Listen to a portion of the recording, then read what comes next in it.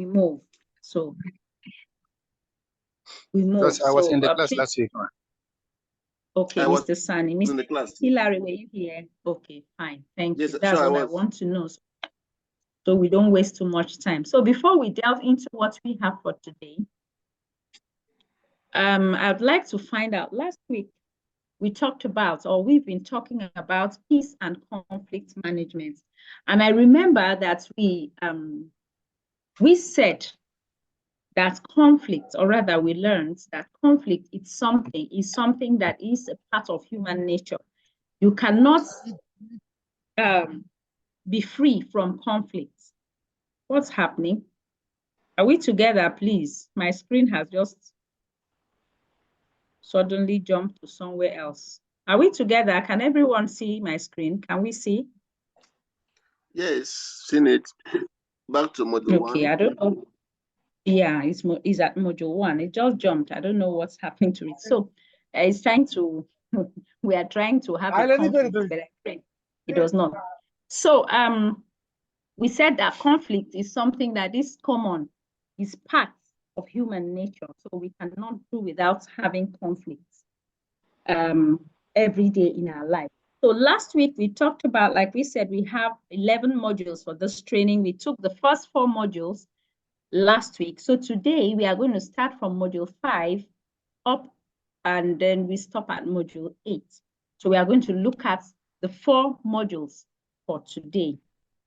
Before I go delve into what we have for today, I'd like to ask Mr. Sani and Mr. Hillary, I would like to know what really stood out for you last week. Like, it may not be something much, just what did you take home last week? Like, what stood out for you last week? I'd just like to hear that before we delve into what we have.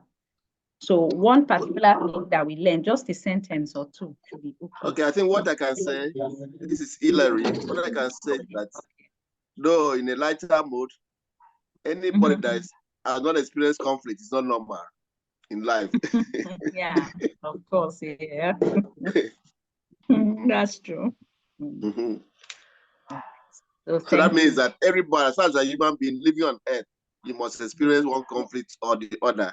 Because of, as far as you are relating to an individual, one person or other people, to a person, there must be conflict because of differences of birth, religion, beliefs, where we live, and so on and so forth. Cultural beliefs. Oh, thank you so much. My pleasure. Well, that's a beautiful answer. So, Mr. Sani, please, can you just tell us one thing that that stood out for you last week? Yes, sir. Please go ahead, sir. This one, last week, I come to understand that conflict in society, we can't eliminate it, we only manage it, because of people that have different, we have individual differences, difference of understanding, difference of opinion, and the rest of us, rest of that. So conflict is inevitable in society. So we only have the means to minimize it. Thank you, Mr. Sani. Thank you. I'm so happy that at least we were able to take something home last week. Thank you so very much. So practically the summary of what we did last week was we talked about negotiation, the ways we can have a smooth negotiation.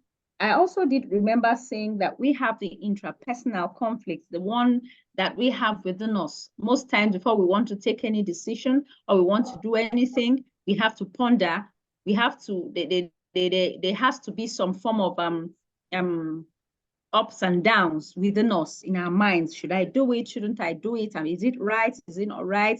Okay, let me do it this way or let me do it that way. So things intrapersonal, we have that conflict within us. So that is the intra. Every human being has that particular challenge. You have to have that. When you want to do anything, you must ponder over it. You must have a divergence in your decision. You weigh the options before you come up with it. So we also have the interpersonal, like we talked about, one person to another, maybe husband and wife, maybe mother and child, father and child, and so on, interpersonal. And then we have the workplace conflict too, maybe the group conflict, and we have the violent one, the one that is maybe internationally, this country versus this country, this border versus this border. We have different types of conflict. So we looked at it last time, and we said that it is important that we know how to handle conflict when we are faced with one, because that's the way forward. It's issues that would have been nipped in the bud, maybe issues that would have just been handled, but turned out the other way around, just because the parties involved perhaps did not have the correct knowledge. So thank God that we are here today to learn what we can learn. I know already we are seasoned professionals on this platform.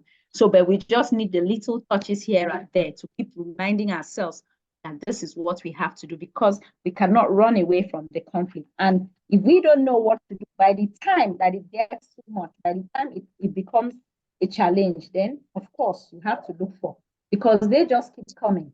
Just like the waves, when the waves keep coming, you have to know what to do. So today, quickly, we want to look at dialogue facilitation and conflict resolution. That's our topic, module 5 for today. First topic for this evening. Now, dialogue, we have been hearing that word, dialogue. Well, long before I got involved in peace and conflict management, like before I actually went fully into it, I know that most things, I already had that behind my mind, that when I have an issue with someone, it is advisable for me to have a dialogue with that person. Like I should meet the person and have a conversation. It's just a part, a part of me. Even when I didn't delve into this properly, I already knew if someone wrongs me, I don't know how to keep it. If I have any issue or disparity with anyone, I just try to have the conversation and see how to go about it. So dialogue is something that is very, very important. What is this dialogue? It's simply a conversation between two or more people involved in a conflict that is supported and structured by a trained multi-partial facilitator. It is not in all cases that you have a facilitator, maybe a middleman, a third party in it. If you are two people having a challenge, it's not all the time it gets to that. If the parties involved, if the two people involved understand that they have to do away with bias. What do I mean by bias? Like I said, the first day we had the training, I said that there is that every human being is tempted. Remember, please, let's adhere to the rules so that we don't have a conflict on the platform. Last week we almost had a conflict because of some microphones that were on. So please, kindly, Fatima, it's nice to have you. I'm happy to see you on the platform.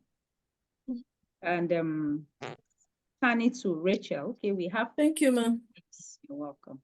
There are some names I didn't see last week, but all the same, let's move into it. So as I was saying, dialogue is a conversation between two people. So that's to say that anything outside a conversation is not ideal for a conflict situation. So when we have this at the back of our minds, that when there are conflicts, regardless of the kind of conflict, it may be the group conflict, it may be the personal or when there are conflicts, there should be a dialogue. If you're having intrapersonal conflict, you can have a dialogue within yourself. You can talk to yourself. You can weigh the pros and the cons. Okay, I think I should resign from this job. Like I gave an instance last week. I think I should resign. I'm a bank manager and I'm always at work. My family is suffering. I don't have the time. I don't get to see my children. What do I do? Do I resign from this job? And if I resign from this job, what's going to happen? Is my husband well to do enough to be able to handle the issues? Or if you are not married, you ask yourself, okay, I work around the clock. I don't have I don't have a life of my own. Like I don't have a social life. So what do I do? Do I resign from this job so that I can have a social life and pursue my future? Maybe get a husband, or maybe, interact with people. Which one is of topmost priority? So you see how a person can have intrapersonal conflict. So even in the midst of that intrapersonal, you can still sit down and weigh the pros and the cons. Analyze it, look at it. Which side is heavier? It's just like a weighing balance. Which side is tilting more? Which side is affecting me the more? What do I do? And so these are some of the things. So dialogue cuts across all the types of conflict, whether it is interpersonal or the group conflict, whichever one, you need to have a dialogue. So dialogue facilitation facilitates dialogue. And most times I advise people, as we are going to see, do not just have an issue with someone and you accept the person's distance is far, and you just decide to say, okay, let me just call him on the phone. For me, I don't always like, I prefer, because there's something that is important when you talk to someone. There is what we call non-verbal expressions. You know, like I have decided that maybe on the third day, I'm going to be very well prepared, because I would like to see the participants on the stream. So I'll also let them see me. So why did I make reference to that? Because I know some people will say, doctor, but we haven't seen your face and you're talking about non-verbal expressions. Yes. In terms of a conflict, in this case, it is important you see the person, because there are so many non-verbal cues that you can see from a person. You know, maybe the person's facial expressions, the physiognomy of the person's face, the way the person will shake the legs, like, you know, we women can relate to that. Maybe you are angry now, oh, you are shaking your legs, you are just shaking your legs. You are emphasizing the anger and so on. So there are some things that you need. Aside that, it's better to see someone face to face. It is better because the person will be able to understand and relate better that way. So dialogue facilitation and conflict resolution is what we are going to look at. We've talked about the meaning of dialogue, what is a dialogue? And like I said, according to, now we are using the meaning of the Oxford English Dictionary, it says that a dialogue is a conversation carried on between two or more people. Simple, two or more people. They just sit down and discuss. You know, where participants, where people listen, they reflect and question with a curious mindset in order to share, to seek a shared understanding. Like everybody should be on the same page. Now, what is conflict resolution? It is simply a process of resolving disputes. That's the A to Z, or disagreements. Where disputes arise, where disagreements arise, you have to take dialogue as the option. Facilitate dialogue. Don't just draw the conclusion. And above all, like I said the other time, let's do away with that temptation of always thinking that we are right. Over the years, I have that part of me, as I know is in everybody. When there is any dispute, I will always say I'm right. The truth is, before I even got into this piece, that and the other person is always wrong. Okay, what did I do? I cannot do anything. It is the other person that did it and did, you know. So once you are going into a dialogue facilitation, a facilitating process or conflict resolution, and then you are moving in with that mindset. I'm talking not as a mediator, because as a mediator, you shouldn't have that kind of mindset. You are not the one involved in the conflict, but I'm talking about the parties involved in the conflict, the A and the B that have brought a mediator in between them. If A thinks that I am right, B owes me the apology. B has to apologize. That is where it goes wrong. But if you understand that B also has a reason, or this is why B did this thing, I think it helps us. It helps a long way in solving the issue. So let's delve into what we are going to do. Like, you can see this beautiful picture. You can see the people seated around, like they're just trying to iron out something, like their differences, or to discuss, or to see the way forward concerning one or two things that have been affecting them. So let's delve into the next slide. I just decided to put this slide so that we can just have this, since we are going to have this materials at the end of the day. We just look at some of these things. Like I said, that the biggest communication problem is that we do not listen to understand. And that is the truth. So many in our workplaces, in our families, we don't listen. Like I gave you an example of myself. I like to use myself as an example, because of course we are all human beings, and you know, so we all have our own side. So I always listen. I don't listen to understand. That initial time when I got married newly, I don't listen to understand. I just okay, is the man, oh, the man is always strong. Men, they are always, and then I'm just done. I'm just done with that. I don't wait to listen. I mean, to understand what is actually the bone of contention. I'm on the defensive. I'm always on the defensive. So if you are trying to have a dialogue with someone, you're trying to resolve, be on the defensive. Do not. Try to understand the other person. Try to understand. Now, I want to quickly give you, pardon me, because like I said, I'm a born teacher. So I like to give illustrations to buttress whatever I talk about. For some time, when my daughter was growing into a teen, she was, I think, 13, 14.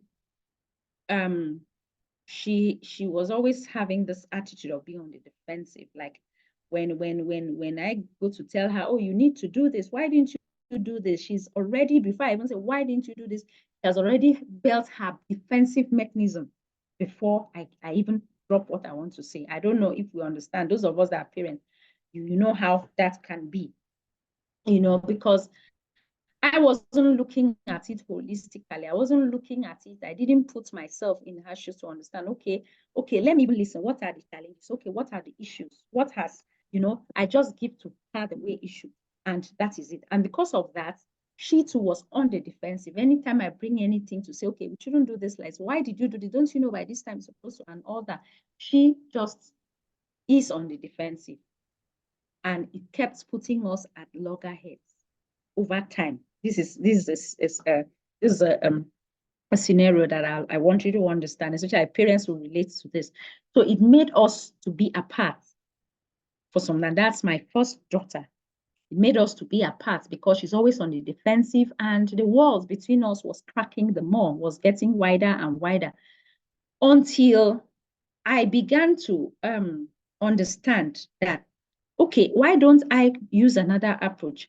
Why don't I seek to understand why these things keep happening? Why this thing is like this? I should seek to understand, listen to her, understand.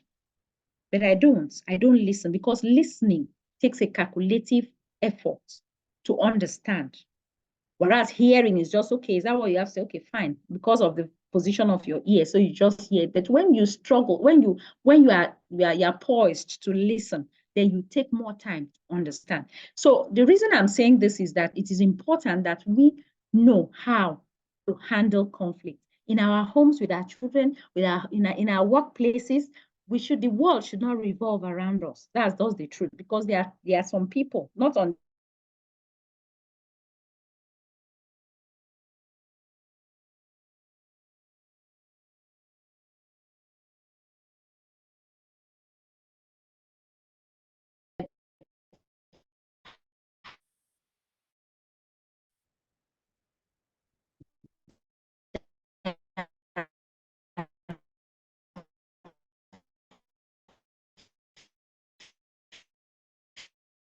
so they allowed it to escalate, and it moved from one it moved from 1 month, 2 months, and so it went.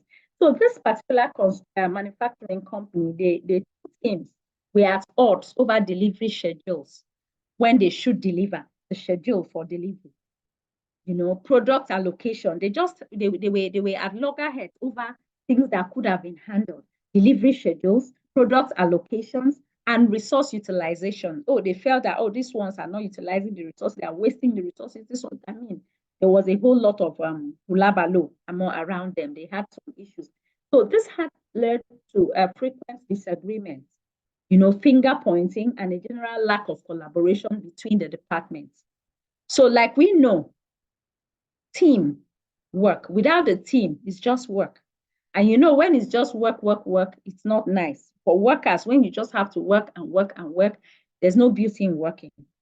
But there is beauty, and a greater beauty, in teamwork when you are working. When you know that you have a shoulder to lean on, when you know that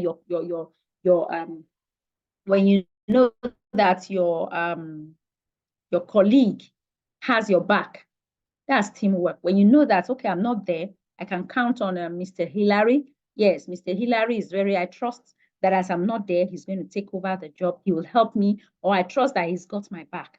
That is how teamwork works. So in this company, they were having these discrepancies, and the situation had become so strained that it was starting to impact the company's overall productivity and customer satisfaction. Like I told you, when there is no teamwork in something, of course, you know, the company is gradually heading for destruction, because the people were now, you know, talking, pointing, this one will look for loopholes, where to drag this one will look for where to drag this one.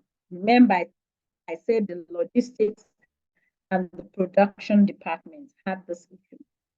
So now the management team now recognized that they needed to intervene and find a way to resolve. So they now opened, they now saw that if we let this thing continue, then we are moving towards our realm. So we have to do something about it. You know, so they decided to bring in an experienced dialogue facilitator. They decided to, I wasn't available. So I had some trainings to do outside.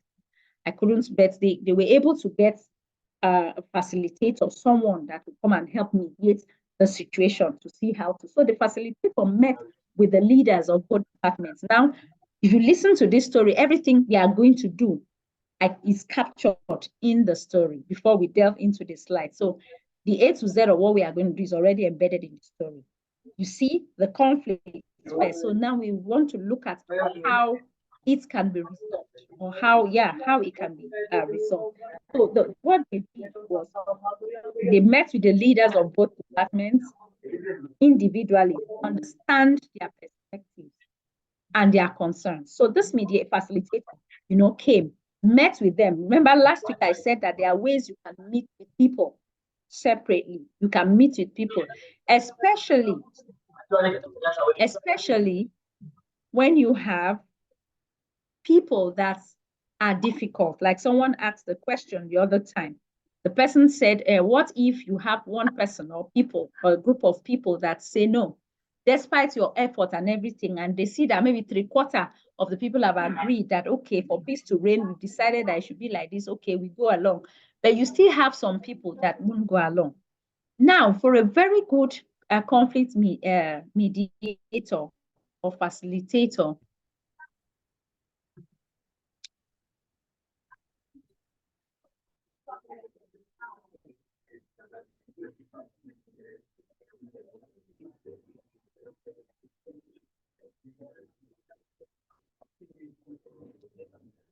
so as I was saying, now the facilitator now met with both leaders and decided to look out for how the situation can be handled. Now, when they had the meeting, she organized a facilitated dialogue session where she got ground rules for disrespect, as ground rules for you being respectful, for the parties involved to be respectful, and for their communication to be constructive, to be geared towards what is ground. Take notes. You see, these are steps. After the conflict, the process is to ensure that it is resolved. They met with both departments separately first, met with the production department, asked them to explain their challenges, met with the logistics department, and now got the information, got the detailed information, got their views before they now had the meeting where both of them, including the mediator, now converged for the session, the dialogue facilitation. So during the session, now this is what the facilitator did. Like I said, that everything is embedded in this story, but we'll still go along and do the rest.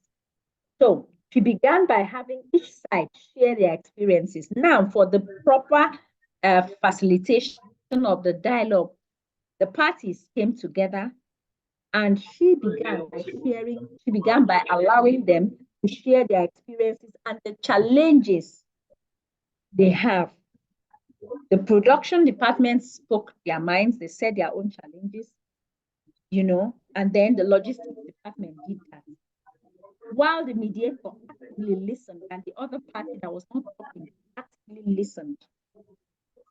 And also, if paraphrasing, if need be, to ensure mutual understanding, to ensure that as A is talking, that B actually understands what A is talking about. As the logistics is talking, the production department actually understands what they are talking about. So now that was the first thing she did. Then she then helped the teams reframe the issue, shifting the focus from blame You know, sometimes when you are a facilitator, you have to be careful.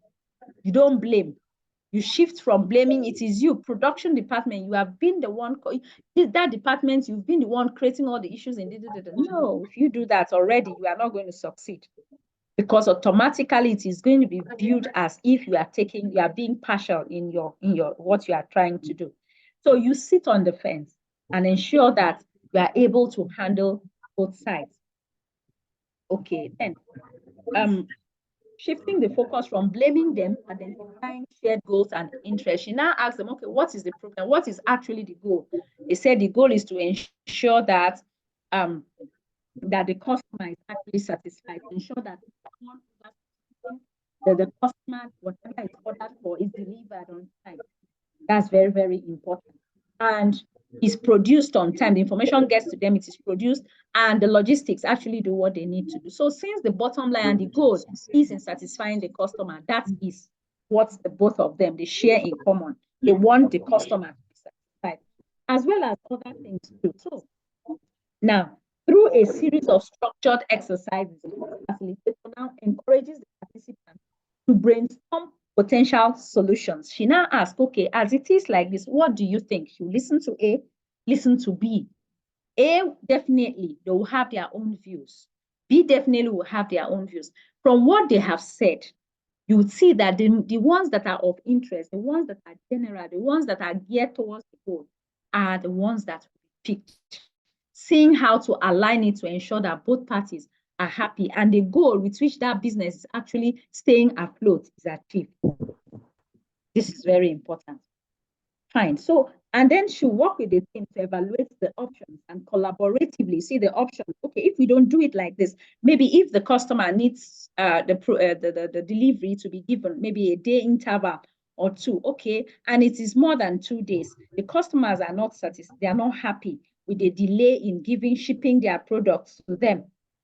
So what do we do in this case? Can we have another option? Can we have it sent to maybe our branch offices and have vehicles distributed to, you know, there are many ways, there are many options when it comes to this thing. So the important thing is to weigh the options and see what suits them. So when the options are being highlighted, now collaboratively, take note of that word, determine the best path forward.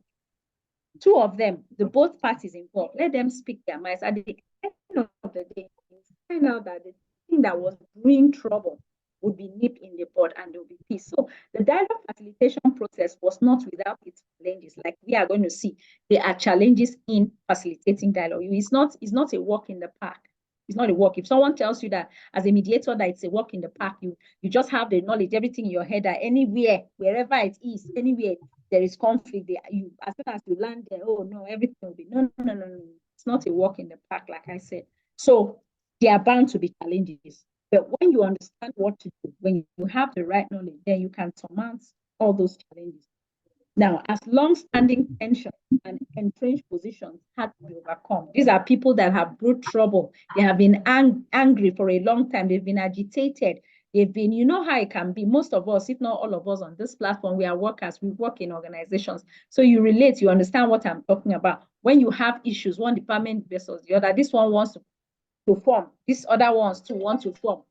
You know that they are the best, and all those type of things. So all those things, it takes time. They have built these things for a long time. So you just waking up as a mediator, you have to do a lot of work to ensure that you're able to palpate their feelings, what are the tensions, so that you can leave the issue in the board. So, however, when you are skilled, when you have the right knowledge, you know, you can help this participant to move past that level of the adversarial stances. You know, maybe they are already adversaries, they are already at loggerheads. So you can help them find a common ground, because that's how to solve. Let them have a common ground. Let them have a little to the left, a little to the right, just be in the middle. Let them come up with options. And at the end of the day, everyone is happy. That is the essence of dialogue facilitation. So at the end of what this lady did, this facilitator did, the production and the logistics team had agreed on a revised delivery schedule. They now said, okay, let us revise our terms and conditions of delivery. This is how we want it to be. Clearer resource allocation and improved communication channels, and improve their communication channels. it's rather unfortunate that when some people are just making the work difficult for us. I did plead with everyone that let's just mute our mics, so we can get this thing done, please. So if your mic is actually on, kindly oblige us, please. Thank you. So the impact of this facilitation was immediate and lasting, because after that discussion, the neutral third party came in, made everything, and there was still a check, because as a mediator, you don't just mediate and then you are done with your work, or a facilitator. No, there has to be some form of follow-up so that you find out if what you've actually done will stand the test of time. That's important. So when you are done with that mediation, you still have to, like in this case, you still have to follow them up to be sure that that particular revision of their delivery terms and condition, delivery schedule, and then communication channels, everything was being affected so that there will be peace. These were some of the things that she did. So the impact of this facilitation was immediate and lasting. Productivity and customer satisfaction level improved. And the relationship between the two departments became much more collaborative and problem-solving oriented. See, because they now worked together, understood what to do, and it was smooth. And now this organization was now able to resolve a long-standing conflict through an effective dialogue process that was facilitated by a neutral expert. So that's practically the A to Z of what we are looking at. I decided to first start by giving you that short story or short case study so that you would understand how important dialogue facilitation is. Talking, resolving things. Okay, let's move to the next one. Please, I still plead or crave your indulgence like I like to do. Please, you can just drop your questions if you have any as we progress. I'm looking at the chat box. I haven't seen anything so far. I just saw. Okay, please try to explain to us contact and cover, doctor. Okay. Fine. We'll get to that. I think contact and cover should be in the third day's class. Contact and cover should be in the third day's class. But nevertheless, let's go. We'll get there. If it's in this module, we are going to see it. All right. Now, we are looking at principles and methods of dialogue facilitation. Principles and methods of dialogue facilitation. Now, in everything that we do in life, we have what we call, we have the principles, we have the methods, anything we do in life, they are ethics. So if we are going to be facilitating, if we are going to be maybe a facilitator, or we are in the peace and conflict business, then we have to understand how to do it right. What are the principles? What are the methods? How can we go about this dialogue facilitation? Okay, now we have neutrality and impartiality. That's one of the methods. As a facilitator, for your dialogue to be effective, for your dialogue facilitation, a facilitating session to be effective, then it requires some principles and methods. You can't just do it like that. One is neutrality and impartiality. Neutral, impartial.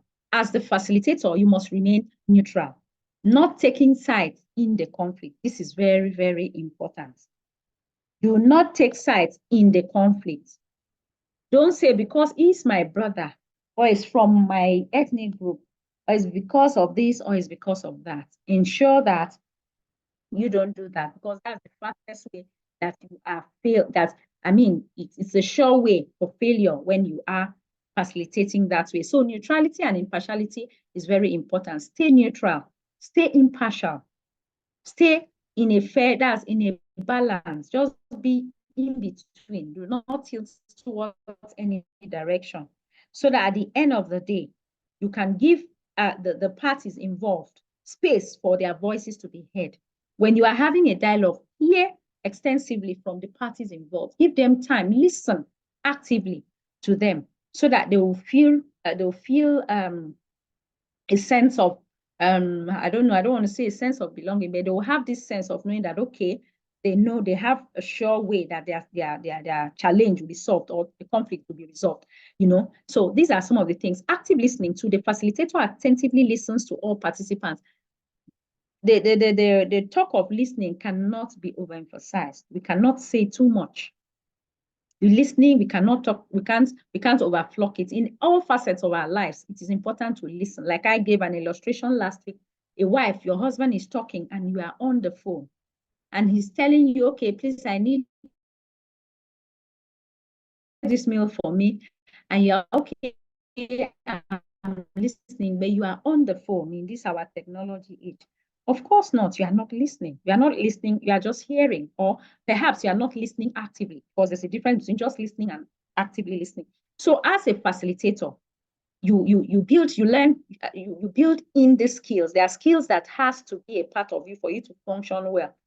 Most of us that are working, you understand what I'm saying? There are some things you do with passion that you have those skills in you, even when you leave that particular profession, even when you are not doing that thing anymore, it's already a part of you. So those skills should be there. So like I talked about this training, all the things we are learning here, we may not, some of us may not eventually delve into being maybe mediators, negotiators, you know, conciliators, or all those things. You may not end up being that, but the skills you learn will be, it will be in you. Apply it to your day-to-day life, apply it in your relationships, apply it in your workplaces. And at the end of the day, everything will just move. So, like I said, listen, demonstrate empathy and understanding, listen to the participants, show them that you understand what they are going through, empathy. You can feel what's their pain. Oh, okay, I can see why you were not, why you weren't happy because of this. Okay, you also listen to the other part too, and you show empathy. So also establish your ground rules. Very important. Establish your ground rules. Before you start, set clear ground rules as a mediator. Let them know that this is unacceptable. We don't, disrespect is unacceptable. Using foul languages and raising your voices is unacceptable. Let them know, just draw the line. Let them know the things they shouldn't do. Set your rules from the very start for respectful communication, because when you are having, you are resolving a conflict, human nature, especially women, oh my God, we know ourselves. So you have to ensure that you set ground rules, you know, so that each party doesn't break the rules. Because if you don't set these rules, people are bound, tempers are bound to flare up. People that have already not been talking to themselves or already been having issues, at the end of the day, tempers will rise. And if you don't handle these things well from the beginning, it can get to a point whereby you will not be able to handle the situation. So set the rules. Also, let them know, they should avoid interruptions. When A is talking, then B should please understand that A is talking and not interrupt until A is done talking. Then when it is time, you'll have your time to express yourself as well. So these are things. And then create a safe environment for open dialogue. Environment that is safe, not a hazardous place, not a place that you take two people into a place that two people that are loggerheads into a place where they can easily reach out for anything. Maybe in a place where there are weapons around or things around that, oh, this one is talking. Why are you saying that? Are you saying that to me? Were you saying that? Is that actually what I did? Before you know, it's another story. So create an environment that is safe, that is accommodating, that is serene. You know, that there are some environments that naturally they come with their own peace. You know, it has its own peace. So you create that kind of environment for open dialogue. This is very, very important. So at this end, I would like to, at this point, like I said, I would like to ask, you know, we talked about conflicts, we talked about dialogue facilitation and conflict resolution. All right, I would like to ask, like I like to do, because I don't want to do all the talking and talk and talk. I'd like to ask at this point for the participants here, because you are very knowledgeable professionals on this platform. You are people, men of timber and caliber, as well as women. So please, I want you to share some of the maybe issues that you've had in the work, not you, perhaps it could be like the other last week. I had a nice time because people shared some of their stories with me, and I got to learn one or two things. And today we are going to, like I told you, that we are not going to be doing too much of reading through what we have. We are going to look at it in a more practicalized form. So the floor is open. I would like the participants, share in the workplace. If you've had any issue that resulted into a conflict, and how was it addressed? Perhaps it may be a little bit different from what I am talking about. Nobody is an embodiment of knowledge. So I'd like you to share your experiences and tell us if there's been any form of conflict, how was it resolved? So we can also learn from it before we proceed. The floor is open now, please, for anyone. You can unmute your mics and lend your voice to what we are saying. I don't even know if everyone can hear me, because it's frustrating talking to yourself alone and nobody's really hearing you. There's nothing as frustrating as that. So please, are we together? Can everyone hear me, please? We're with you. We're with you, ma. We are hearing you clear. Yeah, we clear, can hear very you. clear. We're with you, clearly. Thank you. Thank you, because I don't want to be talking to myself. Sometimes network, and I've had one training before that I was busy talking to myself, and I didn't know that there was this connection. People weren't hearing me, and I was having a nice time talking to myself. By the time I knew that no one was hearing me, it was quite frustrating. So we have been working. We work in organizations. We even have families. I've shared a couple of my stories with you here. And so I'd like it to be reciprocated. Let's talk about one or two things, conflicts that we've had. The floor is open. I've actually not heard a lady's voice on this platform today. My gender. So someone can build a cat. It may not be a woman, or maybe a man can help us, except unless I believe that nobody has ever come face to face with any form of conflict that he or she can share. Because there are some conflicts that maybe may not want to share, and I wouldn't know why. But who is willing to help us to build a cat? Anybody?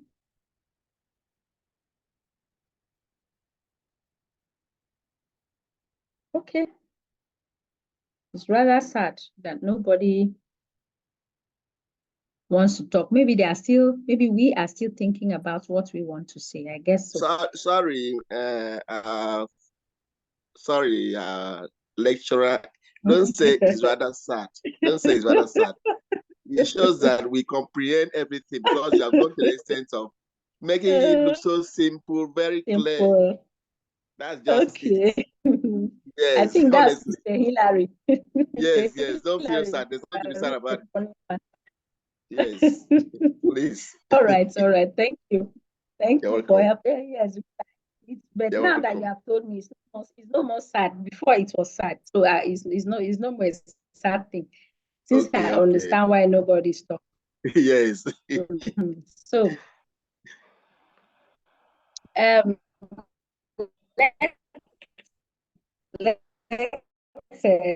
thank you.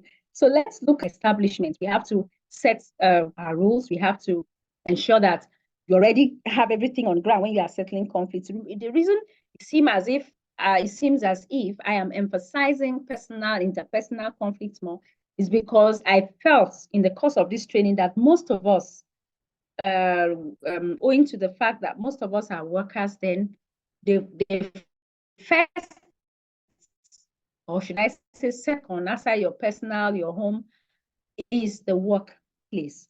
And because I've been a worker for so long, I know that most of the conflicts in the office that instant, I like to talk towards that direction.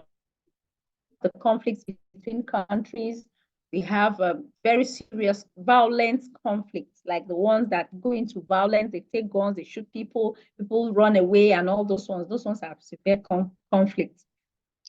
So now, as we remember that we are looking at principles and methods of dialogue facilitation, we've said The first one, we talked about the neutrality and impartiality. You have to be neutral, you have to be impartial. Listen actively, set your ground rules so that nobody bridges the gap. They understand what they are meant to understand. They understand what is happening. Then you also have to have your questioning techniques. You as a facilitator, use open-ended questions to encourage participants. Don't give them a yes or no. Did you do that? Oh, did you take that? No. Or no, I did not. Or yes, I did. No. Those ones, if you ask those kind of questions, you're not helping them to come out from their shell. Like you're not making them to really talk out. So try to learn how to ask open-ended questions that will encourage these participants to expand their thoughts, to expand on their thoughts, on their feelings, and on their experiences. When you ask open-ended question, you make someone to, how do you think this situation can be improved? Okay, this is what happened. Wow, okay. How do you think that we can try to see how best we can serve these people better, or how best we can improve this situation? When you ask like that, you are making them to expand their thoughts. You are making them to think. You are walking a step into their minds. They will tell you that, okay, this is the way I think we should do this. You understand? This is the way I think you should do this, or this is the way I think you should do that. So these are some types of questions that you can ask. What are your main concerns about this issue? You can ask questions like, how do you think this situation could be improved, like we talked about? So questioning techniques is very, very important. Ask open-ended questions because it helps when you ask these questions and they give you answers. It helps you as a facilitator to gather more in-depth information and for you to understand the underlying perspectives, to understand what's their own perspectives in total, as in detail, you understand their perspective. So these are some of the ways that a facilitator should work. Then probing questions too. You can ask probing questions. You know, we talked about open-ended questions. You can also ask probing questions. And what are these probing questions? They are questions that are used to dig deeper into a participant's responses and uncover hidden assumptions or underlying issues. Probe, that's to find out, to use, I don't know how to really explain it, but I think we understand what I'm talking about. Probing questions to ask more so that the person can talk more about that thing. Can you tell me more about why you feel that way? These are probing questions. They are trying to know. And then the person will tell you, I'm feeling this way because of this or because of that. You see, the other time when I wanted to do this, this was what happened. And that's why I was feeling that, you see. So the person will keep telling you, keep going and going, and it is helping you to understand better the underlying perspectives and the issues that are already there. And you could equally ask, what led you to that conclusion? Oh, you thought, okay, for instance, let's look at a little conflict, just a little. You know me, I like giving illustrations. Now, when a friend of mine, just all of a sudden in her own subconscious, just felt that her boss was not answering her greetings. You know, she'll tell me, she'll come to me and say, do you know, Mrs. Dorothy, as at that time, do you know that Mrs. Samuel did not answer my greeting today? And she has been doing that for the past 1 week. I don't greet her. She'll just walk past me without responding to me. Now, that is just a perception, because maybe you didn't even have issues with me, you didn't have a conflict with that person. But do you stop to ask yourself, this person does not answer your greetings. Why does the person not answer your greetings? That is what is important for us all to stand. Sometimes when things happen, you just draw your conclusions. As a mediator, you don't draw conclusions.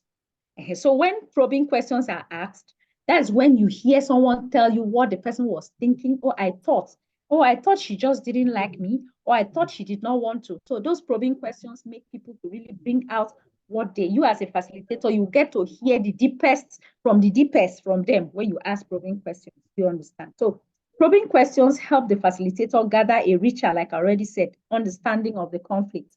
Okay, you can equally ask clarifying questions too. You can ask clarifying questions Clarifying questions are used to ensure that the facilitator has accurately understood the participant's statements and perspectives. Sometimes someone tells you something, you can now ask the person, you can then state what the person said again, so that you find out if you actually understood. For example, you can say, just to make sure I understand correctly, are you saying that?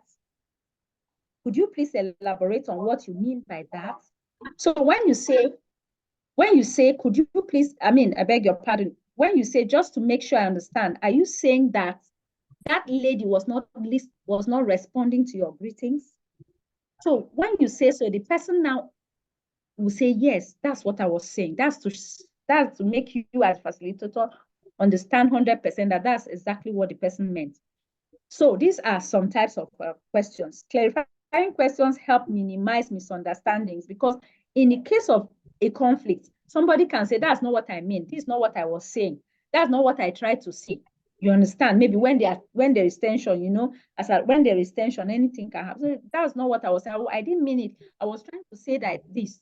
So for you to make sure that everybody's on the same page, B understands what A was saying, B understands what A was saying, then you can ask those, oh, please, I need to confirm from you, Mr. B, is this what you meant? Were you trying to say that? You repeat it. So the person will say yes in the affirmative. That's what I was, or no, that's not what I meant. And the person will explain further. So you could also ask reflective questions as well.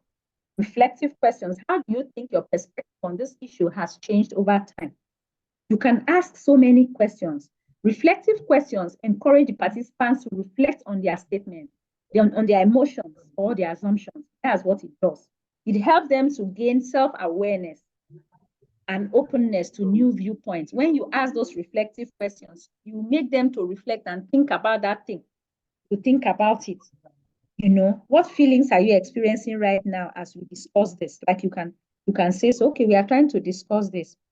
What feelings are you experiencing? Don't you think that was not actually the right decision that was taken? Don't you think that if we had sat down to discuss it, or don't you think that if you had moved to Mr. B to explain the constraint that you were having, don't you think it would have been? So when you say these things, the person is reflecting on it. The participant will be reflecting on it. On the other side, any of the two sides will be reflecting. Do you know? Maybe they will not even say, do you know it's true? If only I had gone to that person, or maybe it wouldn't have, the person will now start reflecting on it. So these are reflective questions. Then we have the hypothetical questions. That's the last. The hypothetical questions. We are talking about questioning techniques. Now, what do we mean by hypothetical questions? It invites participants to imagine alternative scenarios or possibilities. You try to stylishly make them imagine other open scenarios, alternative scenarios or possibilities of something happening. For example, if we were able to find a solution that addressed both of your concerns, A and B. Now, let's look at production and the logistics. A and B. If we were able to find a solution that addressed both of your concerns, what might that look like? How do you think the situation might have unfolded differently if we had approached it in a different way? So these hypothetical questions can help participants think creatively and explore new possibilities. So you see, so these are practically some things that we do. So you see that it's not really an easy thing to be a mediator. It's not for you to help people that are high. It's not easy. So you need to have some of these at your fingertips. Learn it, and it helps us conflicts, maybe personal or intrapersonal. You can use some of these things. Now, power balancing too. The facilitator ensures that the participants have an equal opportunity. We already talked about that, to voice their opinions, especially those who may be more hesitant to speak up. There are some people that don't like talking. When there is a dialogue facilitating session, there are some people that don't like talking. It's just like on this platform now. There are some people that may not have anything to say, like Mr. Hillary said. They have many things. They understand virtually everything I've been talking about, so they don't have any question to add. Fine, there are people. I understand that there are people too that may be very reluctant to talk. It is everyone is normal. we all have our different personalities. There are people, like I gave an illustration the other time that I had a friend that something may bite her, even bite her to the very tip of her feet, but she will not speak. Because why? She doesn't want to talk. She doesn't want to talk out. So rather, after that, she can look for ways to find out, to ask a question behind the scene, or go to the a person involved, or try to see the person that just gave the lecture. Or in my own case, maybe when I give lecture, maybe to call back and to call me and ask, please, I just forgot. I'm thinking that this, or please, I didn't understand this. And you just wonder. So if you are like, if you are a psychologist like I am, you'll understand individual differences and you just smile. But someone that is not a psychologist may say, oh, I'm really sorry, I cannot attend to your question right now. You should have asked the question when others were asking, or you should have asked the question on the platform, which wouldn't be good. People have different personalities. So when we understand that, so what am I trying to say? In a facilitating situation, there are people that you have to practically how do I put it, for them to be able to talk. So, you have to ensure that everybody voices out, even those that are hesitant to speak out.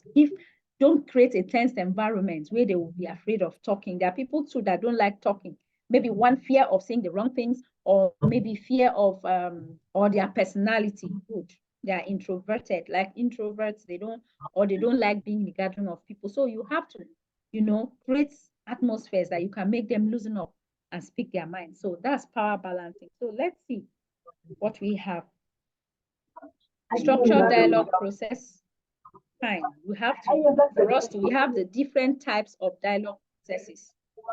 We can have the circular dialogue, like we started in the beginning of the slide here. We saw the sitting around the table, the circular dialogue. Participants sit in a circle. This promotes everybody. You know why it's important to sit? I like it whenever I have to talk with people, like I have to give a gathering, a seminar, or I have something to do, to talk to people. I like the circular method because everybody sits around. I can see you, you can see me. Everything goes on. Anything that goes on within the circle where everybody can see. So I love that particular. So for facilitators, you may decide to have such, because if you have the circular, it promotes inclusivity and facilitates equal participation. Everybody gets to, you get to see everyone's face. Like nobody can just hide behind the scene. You get to see everyone's face.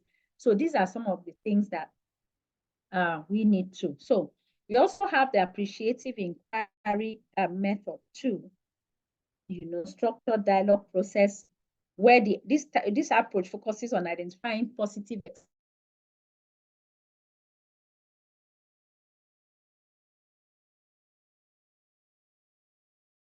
experiences and building upon them to find solutions. So you see, you try to identify positive experiences and building upon them to find solutions. People tell you about their experience.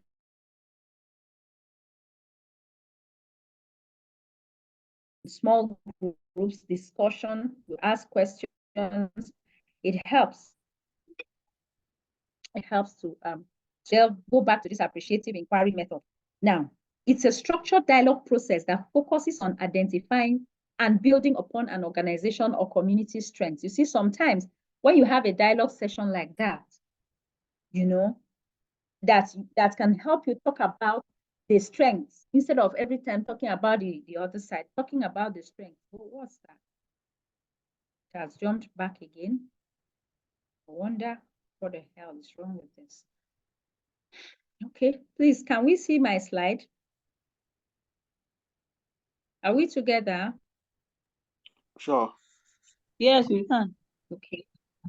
I'll have to, those of you that were with me last week, I have to find out, because anytime there's any network fluctuation, it brings back the whole thing. Please, I crave your indulgence. Just give me 2 minutes. Let me visit the restroom. Please, just 2 minutes.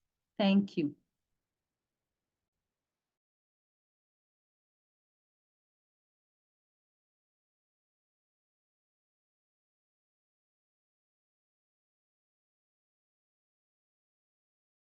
The truth is the admin was also here. The admin will have an issue that somebody among us that is part of the participants who has paid the money and the Zoom link was not sent to him. Isa Yuba, his name is Isa Yuba. Please, if the admin is hearing me, please let me check his record. He's here with me, he's complaining that you put him on the group, the participant group, but the Zoom link was not sent to him. Please,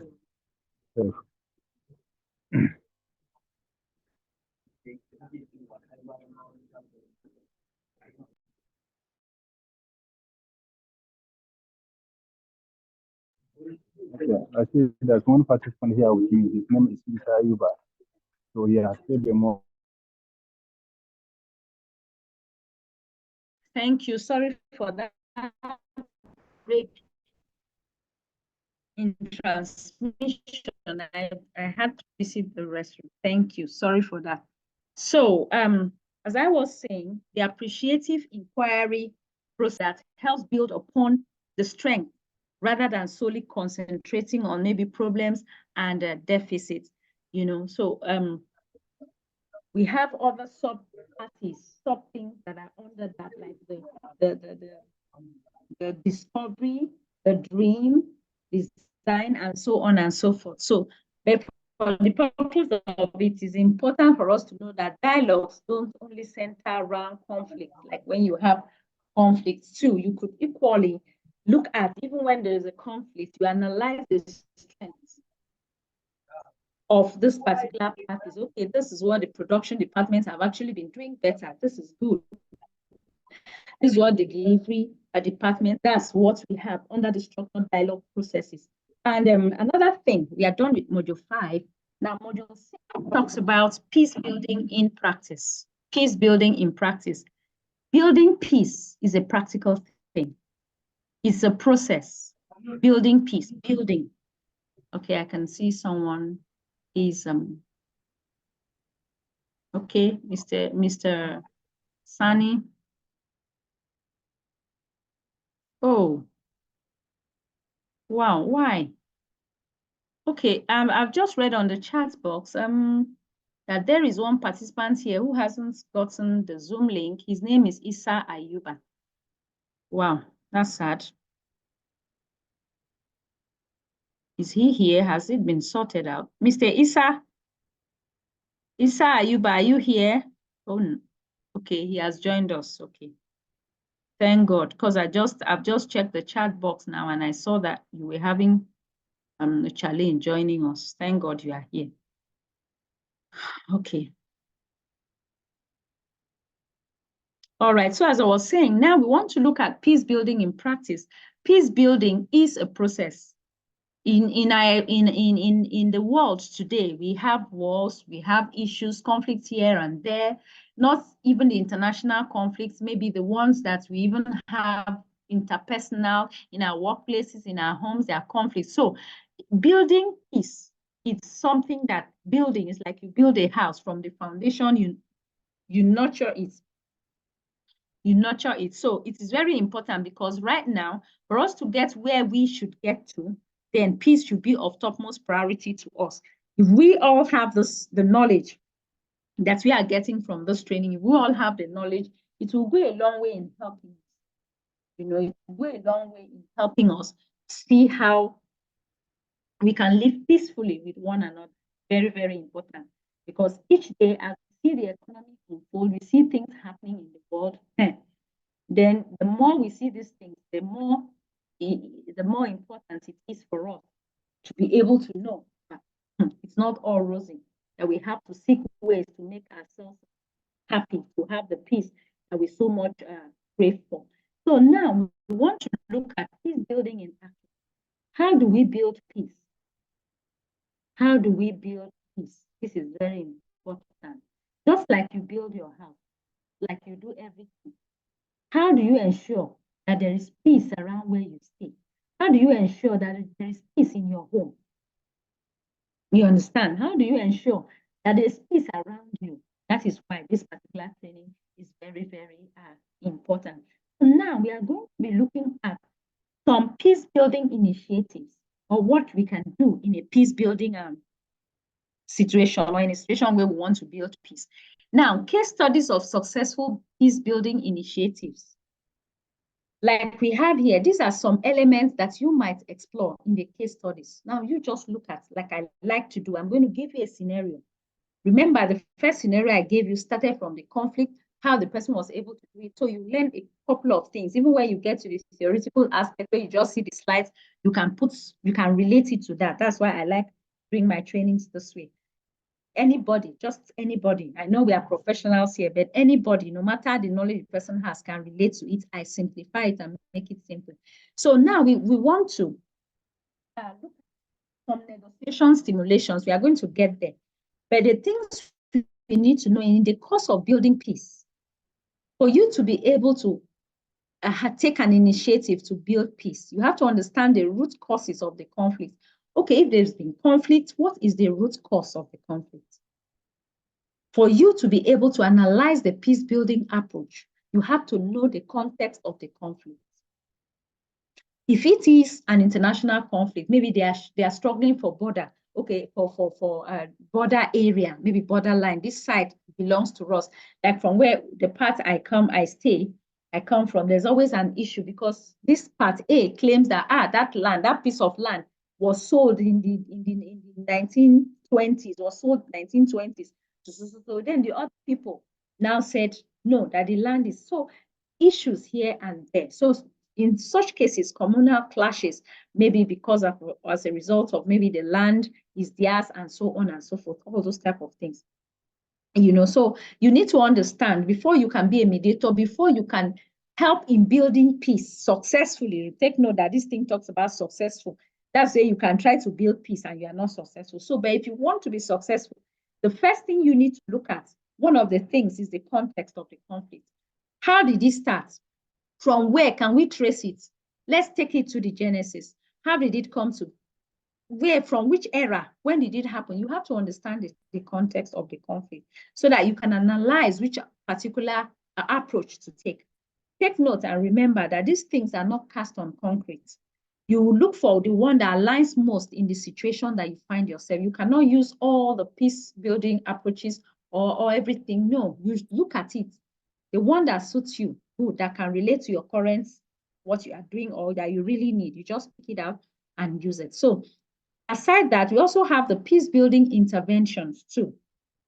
We are going to look at the peace building interventions. What are those things, those interventions? What are those things that you can delve into, as can intervene, can help you intervene in the conflict to build peace? These are some of the things that we would see.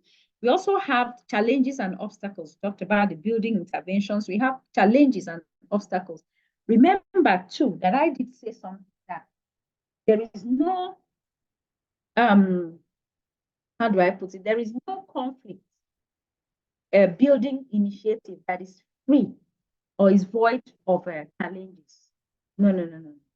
Challenges must come. Do you know why challenges must come? You as a mediator, you must prepare, facilitator, you must prepare your mind and understand that challenges must come. And because challenges must come, then you should be prepared for it. No peace building process is without its challenges. They have obstacles that you have to pass. And these obstacles and how you overcame them provides valuable lessons for next time. For instance, maybe you have there is a conflict and you're able to handle it. Of course, you would use it as a reference point. You build on it and learn from it so that if you come face to face with such scenario, you then understand firsthand how to go about it or what to do better, what you didn't do right, how you can do differently. That's all about life. Life is learning and getting better as you experience things more. So there are examples of some common challenges, like I talked about. We are bound to have challenges like lack of political will. For instance, you want to build peace, there is a conflict, and there's lack of political will, like the parties involved, or maybe the corporation involved, or maybe the state involved, or maybe the country involved, they don't have that political will. They don't have the will to make the necessary compromises or to prioritize peace over other agendas. So you, as a mediator or as a peace builder, of course, you are going to have hitches. You are going to have those obstacles. Because first and foremost, if you are trying to put peace between people that are not in a receptive condition to align to your peace. It's a challenge. So you have to now have your plan B. In case you are faced with this, what do you do? Now, we also have, because some governments, some political, some international maybe conflicts or high-level conflicts like that, you know, they may not, the political people, like the people at the helm of authority, you know, may not want to actually have the peace. They may want to cut your effort because they don't prioritize compromise. They don't prioritize peace. They're not interested about peace.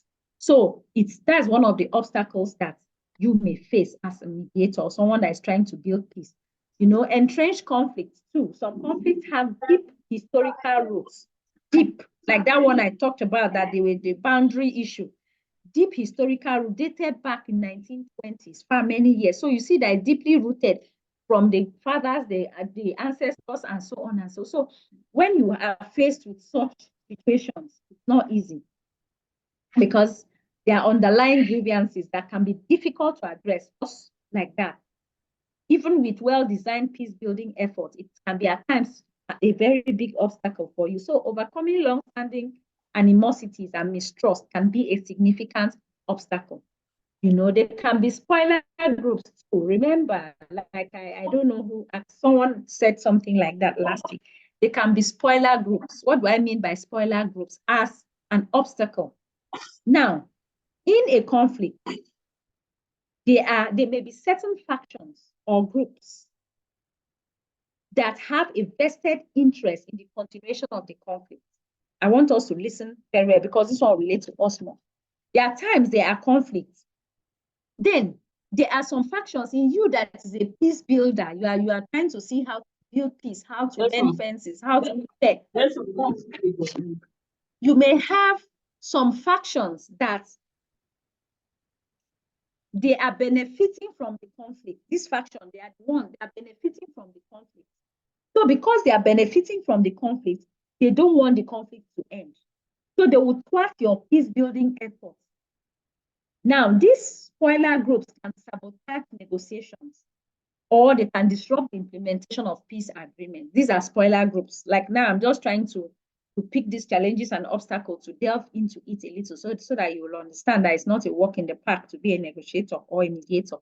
You know, so if there are spoiler groups that stand a chance to gain from the conflict, of course, human nature, and not every human being is like that, but some people wouldn't want such conflict to end because that's where they are feeding from. So as such, if you have those spoiler groups, it will be a Herculean task for you to be able to settle or to see how you can effectively build peace. You know, we also have resource constraints too. Peace building efforts often require substantial financial, human, and material resources. But funding can be limited or inconsistent, making it challenging to sustain long-term programs. This is very, very important for us to also note this. In the effort of you building peace, it may need money, financial, human, and material resources, which will be difficult. Funding can be limited. You can have limited funds to go about it. You know, everything moves with money. So maybe you yourself, you are trying to do the people that should make these things available to thwart your effort. They are not getting the right funding to be able to channel it towards your peace building process or activity. We also have coordination challenges too. Effective peace building involves coordination of various stakeholders. You know, you have to coordinate everyone, various different stakeholders. You have to coordinate them. So how do you go about it? Take your time and so on. Relapses into violence, that's another obstacle. Even after successfully building peace or your effort of building peace, there is always a risk of a relapse. It's like a person having a particular ailment and you have a relapse of it. After you have treated and you relapse, that okay, you are fine. Before you know, it comes again. So that's a relapse. So sometimes these are some of the obstacles. There might be violence, maybe in a place that you have tried to manage it. You try to do this, there's peace. It's as if normalcy has returned and all these things. There's always every tendency that, especially in violent conflicts, that it can reoccur again. You understand? And particularly if the underlying drivers of the conflict are not adequately addressed. Remember, I did say something that even if we learn this peace and conflict management, like I said, is something that would help us. We don't have to end up as mediators, but for instance, if you have, like I said last week, if you have a particular faction or a particular group that are always creating problems, or even in your house, in a house, you know that, okay, I have 4 children. These 3 that are easy. If I tell them, yes, they're going to do this like this, I know them. I know the 3 of them, they will align. But this particular, my son, John, if I tell John is the one that is always instigating the younger ones. He's the one that will always want the to make them to go towards his direction. He's the leader. He's the one that is always in charge. If you are a wise person, a wise mediator, what can you do? What you can do is, if you are able to stretch out your hand to John, you know you want a favor, you know you want something done, you are able to reach out to John. You say, John, my guy, John, come. This is how I want us to do this thing.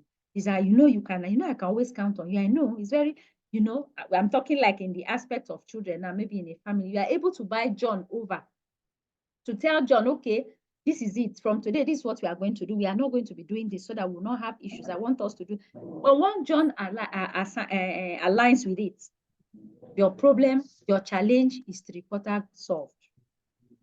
Because John aligning with it would make it easier for the other 3 children to align with it.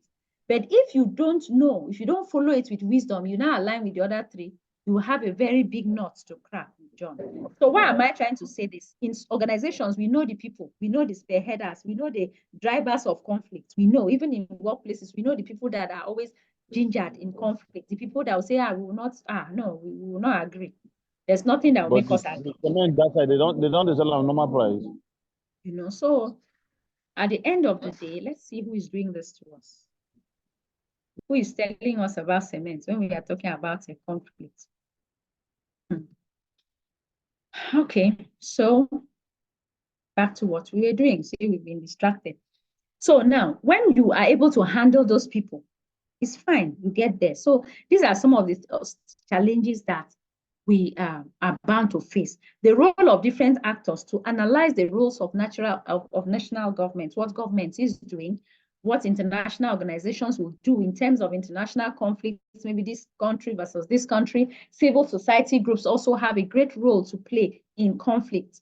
Handling conflict, local communities. If you are having communal conflicts, maybe between this community and this community, once you are able to see the heads will now call the groups that are in charge, the drivers of this conflict, people that will say, today we are not doing, nobody's eating today and nobody eats because they are the ones in the hand. So you see that you have to understand the roles that these people play, these different people play, because with so doing, it helps you to move with the peace building process. It makes it easier for you. Now, the long impact evaluates the sustainability of the peace building effort and their lasting impact on the region. Remember, I told you that there's what we call relapse. So if you are not careful, there's every tendency that if there is a relapse of of what you have done. Maybe you have tried to build peace, they have created this, they've done this in your own minds or in the committee, in their minds, they've been able to restore peace. You have to ascertain the long-term impact of this, what you are trying to do. You have to weigh the options and see how sustainable it is. How is this my peace building? Yes, I've been able to meet this group. There is peace. But how long? You weigh it, the options, the pros, the cons, and you can tell to a reasonable extent if you've actually done a good job or not. Role-playing exercise learned by doing is a powerful tool. Okay, so we are going to see this is another place. So at this point, I want us to look at this negotiation stimulation. Now, like I like to do, I am going to create a negotiation scenario. I'm going to create a negotiation scenario here. And for us to understand the next few subtopics we are going to look at, let's look at the scenario. I'm going to give you the scenario. Everything negotiation is embodied around it. Everything negotiation is embodied around it. This is important for us to note because like that time I was saying, that it is very good for us to be on the other side of the table. So that way you don't get to judge your union members. You don't get to think that they were bought over. You don't get to think that they just had everything easy and so on. So let's look at this scenario. A neighborhood, two neighborhoods have been having an ongoing dispute over the property line between their homes. But I would like to know, to be sure that we are all together. Please, are we together? Today is rather dull. Last week, Saturday was more, I had more vibes last week, Saturday than today. I don't know, maybe we are tired. Yeah, or... No, we are together. Because the last time we had more with you. Oh, okay, so maybe we are enjoying today's own more. Fine. Exactly. Let me take Mr. Hilary's, let me buy his own, opinion. So let's get to it. So we have two neighbors, Julia and Aisha, have been in an ongoing dispute over the property line between their homes. Now, we are talking about negotiation stimulation. Oh, sorry, it should be stimulation. Pardon me. Let's do that change right now. Sorry for that. Good. So, negotiation stimulation. Now, these two people claim that, now Julia claims that Aisha's new fence encroaches on her land. That's Julia's own. Then she feels, or she claims that Aisha's new fence encroaches on her land, while Aisha insists that the fence is on her rightful property. Now, this one is like maybe two neighbors. Now, this dispute has escalated, leading to heated arguments and even the involvement of local communities, local authorities. Now, recognizing the need to find a resolution, Julia and Aisha have agreed to participate in a mediated negotiation session to try and resolve the conflict. Remember, the other one we talked about, this one is a negotiated process, negotiation now. So they've had this issue, but they need to resolve the conflict. Remember, local authorities are aware of it. So now let's look at the negotiation process now, the practical aspect of it. Like we talked about earlier, establish ground rules, very important. Don't forget, some of the methods are applicable to all. Establish ground rules. Now, the mediator starts by setting ground rules for the negotiations, such as maintaining respectful communication, actively listening to each other, and focusing on finding a mutually acceptable solution. Now, the resolution is what we are looking at now, trying to see how to solve the situation, to salvage the situation, or to solve the pending, the looming conflict that they are already having. So now, the first thing in the negotiation process is establishing the ground rules, which we have talked about, then identifying interests and concerns. Now, the second thing the mediator now did was, the mediator asked each party to share their perspective on the issue, their underlying interests. After Julia, Aisha, say your own. Now, Julia expresses her desire to protect the value of her property and maintain a good relationship with her neighbor. Now, Julia says, all I'm concerned about is to protect my property. That's the value of my property, because since your fence has encroached into my own property, it means you've taken part of my land and you are reducing the value of my property. So Julia now expresses in the negotiating process, she speaks that she doesn't want to have problem with Aisha, but she's just concerned about that fence. She's just concerned about the value of her property not reducing. And she's also concerned about making sure that she maintains a good relationship with her neighbor. Now, that's her own. Then Aisha emphasizes the importance of having a clear property boundary. Now, Aisha is telling her that, see, you don't have a clear property boundary. If you had the I don't know, what do we call it? Our men will relate more, those that build houses. What do we call that? That stone, please help me out right what do we call that? Okay, beacon stone. Yes, I remember. So there should be something that's in the plan that should show that this person's land starts from here and this one starts from there. So Aisha's own issue was like she was trying to emphasize the importance of having a clear property boundary and the financial investment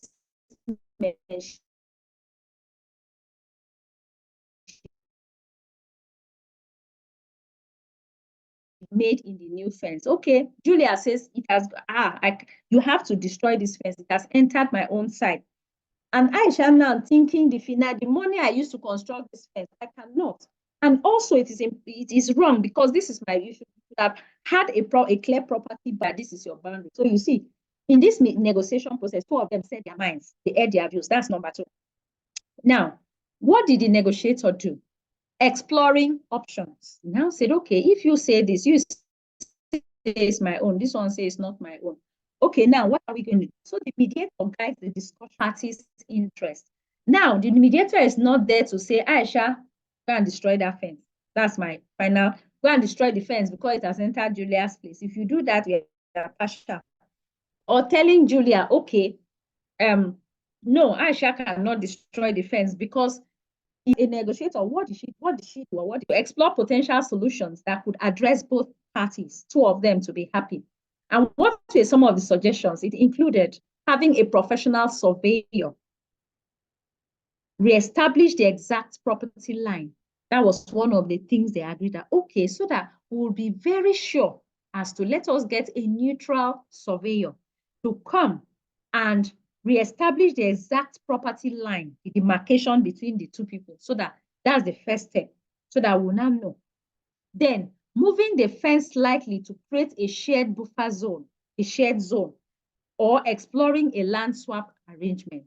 Okay, a land swap, maybe swap of land. So you see, these are options that if one does not pull through, another one may go or another one may go. So these are options that was brought in the course of the negotiation. You see why it is important to follow the steps. So now, after exploring options that were available, it now moved to evaluating alternatives. Julia and Aisha now looked at the pros and the cons of the different options. Like they discussed the options. What is the option? Should we get a surveyor? We prefer that. If we get a surveyor and it's established that this is this, will it be like this? So they began to look at the options, considering the factors such as cost. If we get a surveyor, this is how much we are going to incur. Okay, who is going to pay for it? If the surveyor comes and charges maybe 100,000, who is going to be the one to pay that 100,000? So all those things were trashed out. Fairness also came into play, to be fair to both parties, and long-term implications of any option that they took. So they weighed all those things. They weighed the cost, they weighed the fairness. Is it fair? Is it going to be fair to me? And they looked at the long-term implications of what the option that they would take. So they expressed a willingness. So at the end of all these things, they sat down and dialogued. They talked about it. They now expressed a willingness to compromise. Both of them now said, okay, they expressed a willingness to compromise, but also some hesitation about certain proposals. So they didn't just take all, because they will look at the option, the one that doesn't favor them too much. Of course, there will be some hesitation. So finally, reaching an agreement. You see the steps that we have moved. Reaching an agreement. After they finish evaluating the alternatives, they reached an agreement. After further discussion and negotiation, now Julia and Aisha now agree to hire a professional surveyor to definitively mark the property line. The surveyor, they had to hire a surveyor to come and actually do the exact thing and show them the line, the property line.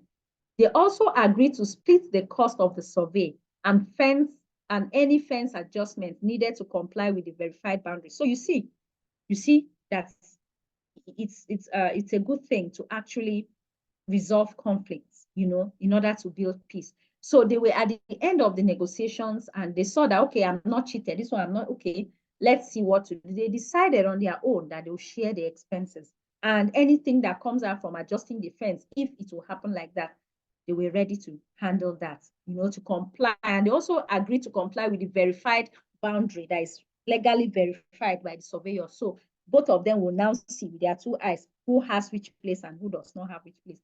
So they agree to that whatever comes out, they will take. So what is the outcome?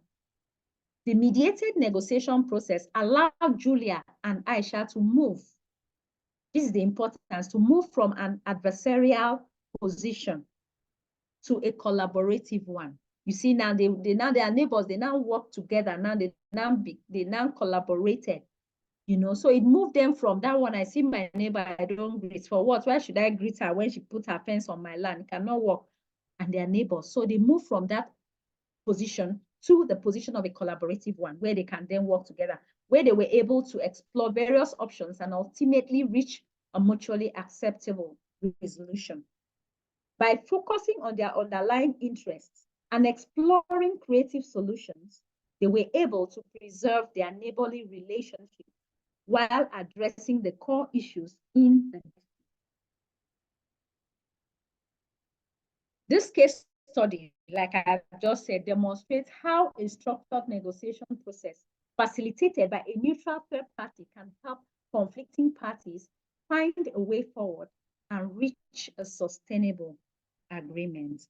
So the bottom line, that's the end of that case study, and I guess we did enjoy it. I don't know if we did enjoy it, or am I really busy doing nothing? Are we together?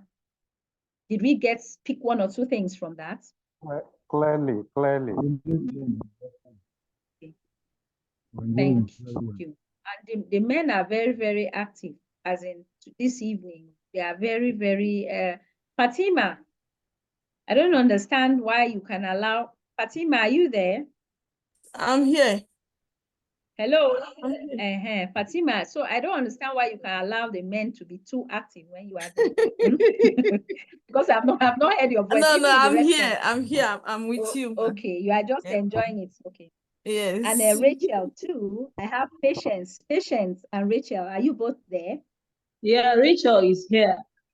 Okay. Actually, your explanation is too clear, and you're bringing it down, making it easy and simple for us to understand.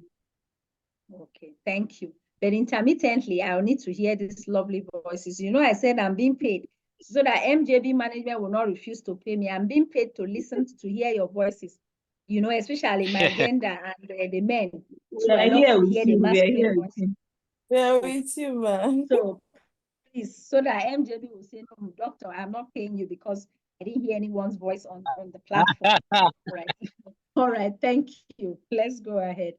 So practically that is for that. So I don't want to keep you too much today, even though I will certainly exceed 7 o'clock. It's in my, I don't know why, but it won't be too much. I need you to go back and rest. So we want to look at developing a peace building project proposal, like we said. So this unit is actually going to make us see some of the things that we need when we want to develop a peace building project proposal, like we want to build. Okay. All right. Patience, no. Okay. I understand you. It's raining there and your network. Fine. Thank you. Identify the specific needs and challenges related to a chosen conflict. I did tell you that different things suit people, different ways of doing conflicts. There are different ways we can conflict depending on the conflict itself. So when you identify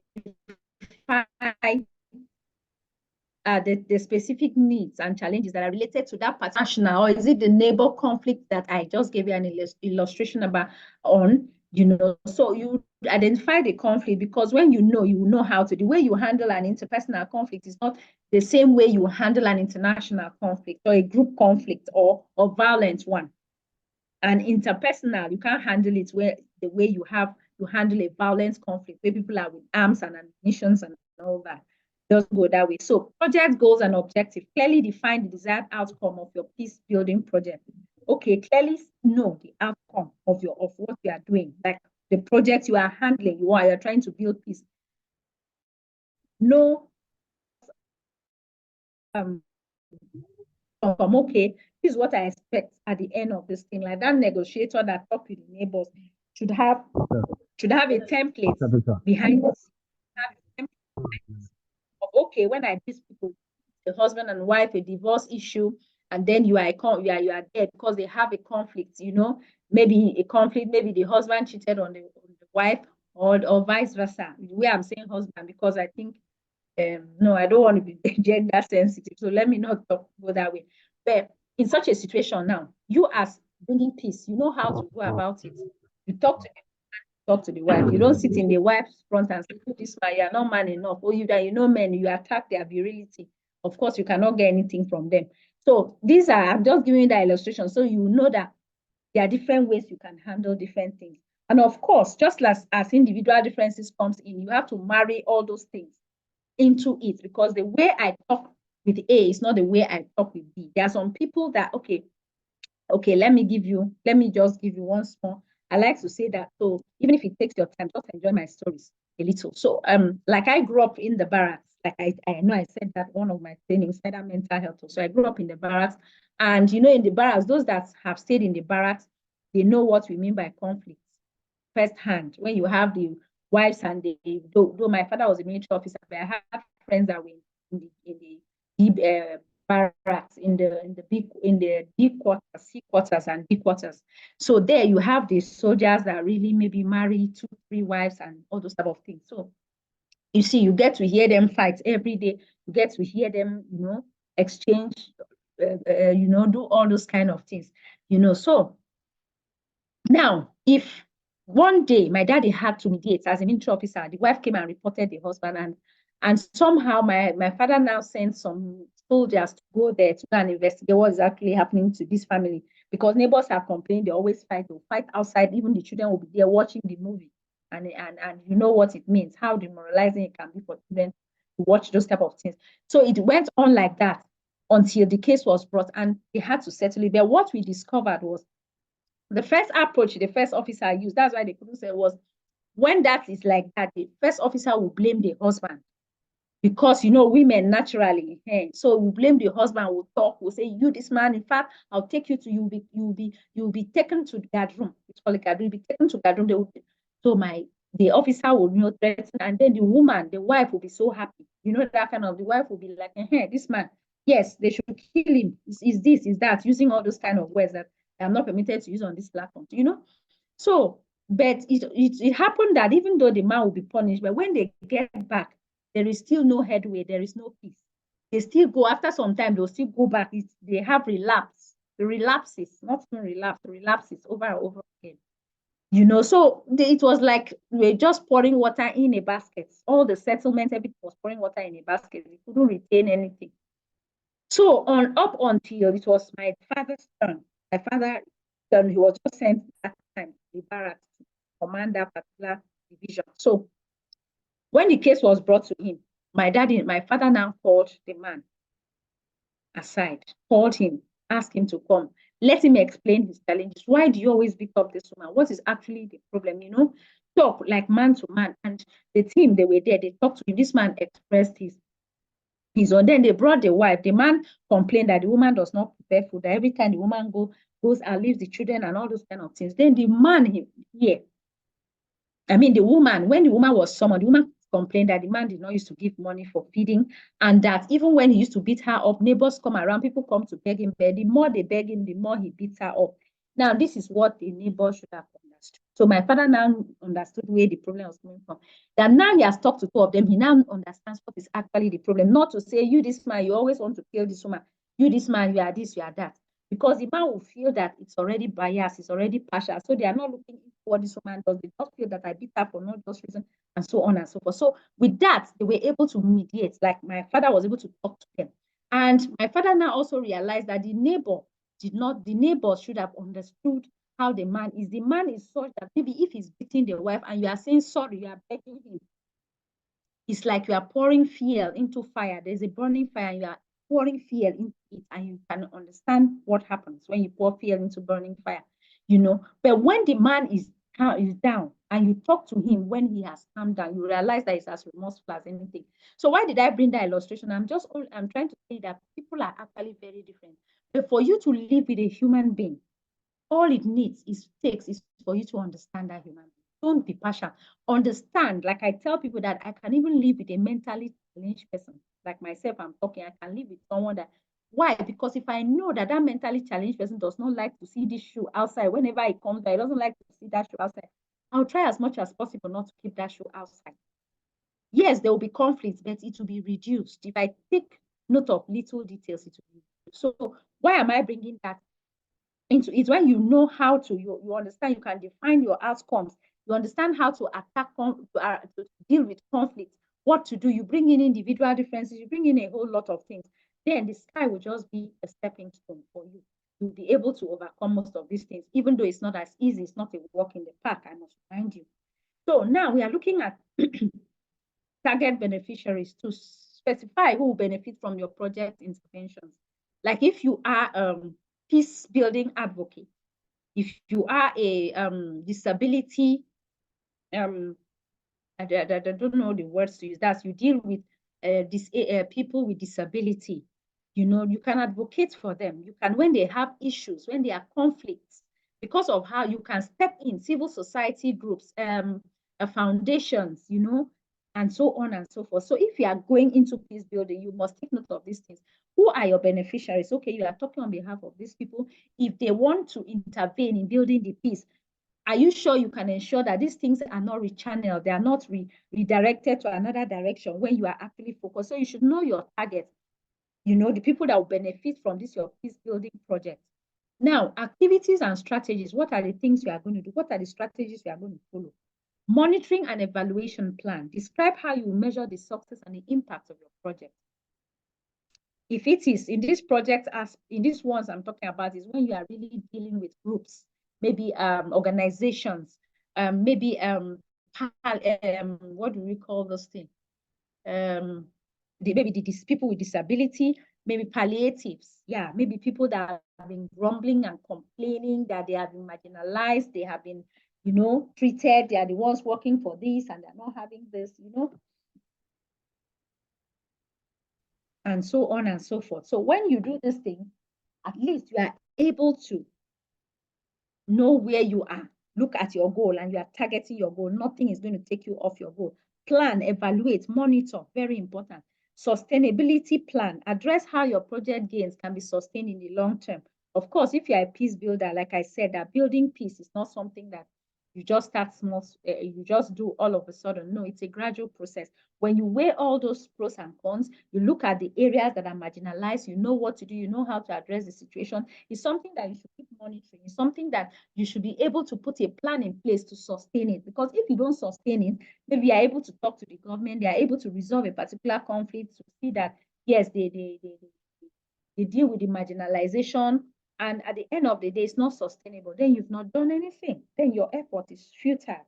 So that's why you need to, in the course of you building your peace, the peace building project, you must understand that it's important for it to be sustained. Because if it is not, then it comes back. It will definitely get back. So now let us look at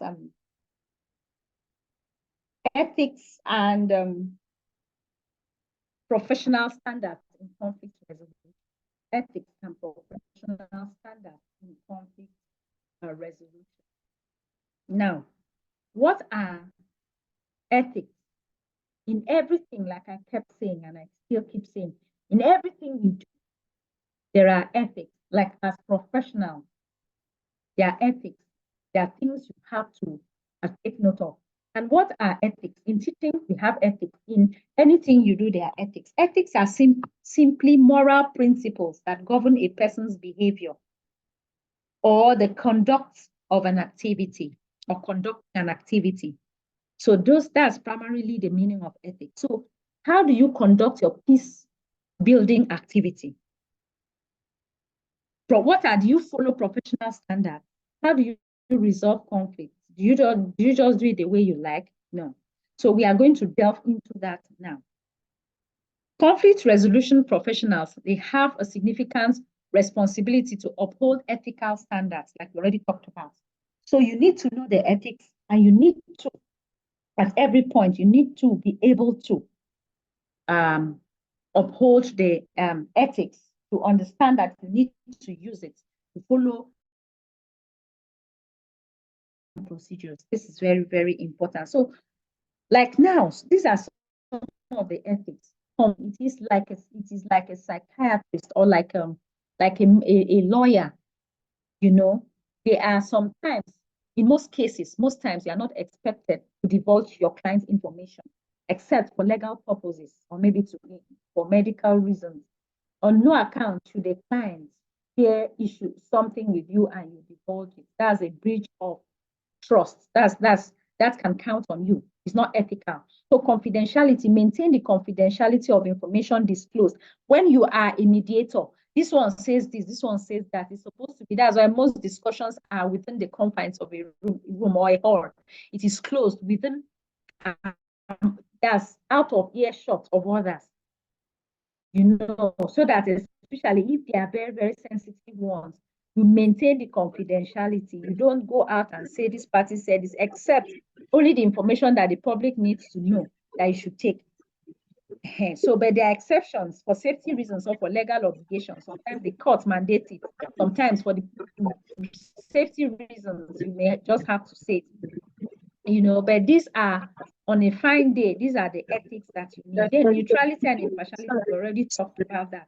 Avoid, see things the way they should be seen. Do not at any point try to take sides with anybody. Do no harm. Be mindful of the consequences of the action. Avoid actions that can escalate the conflict, that can increase the conflict, because as a mediator, there are certain things you do that can escalate.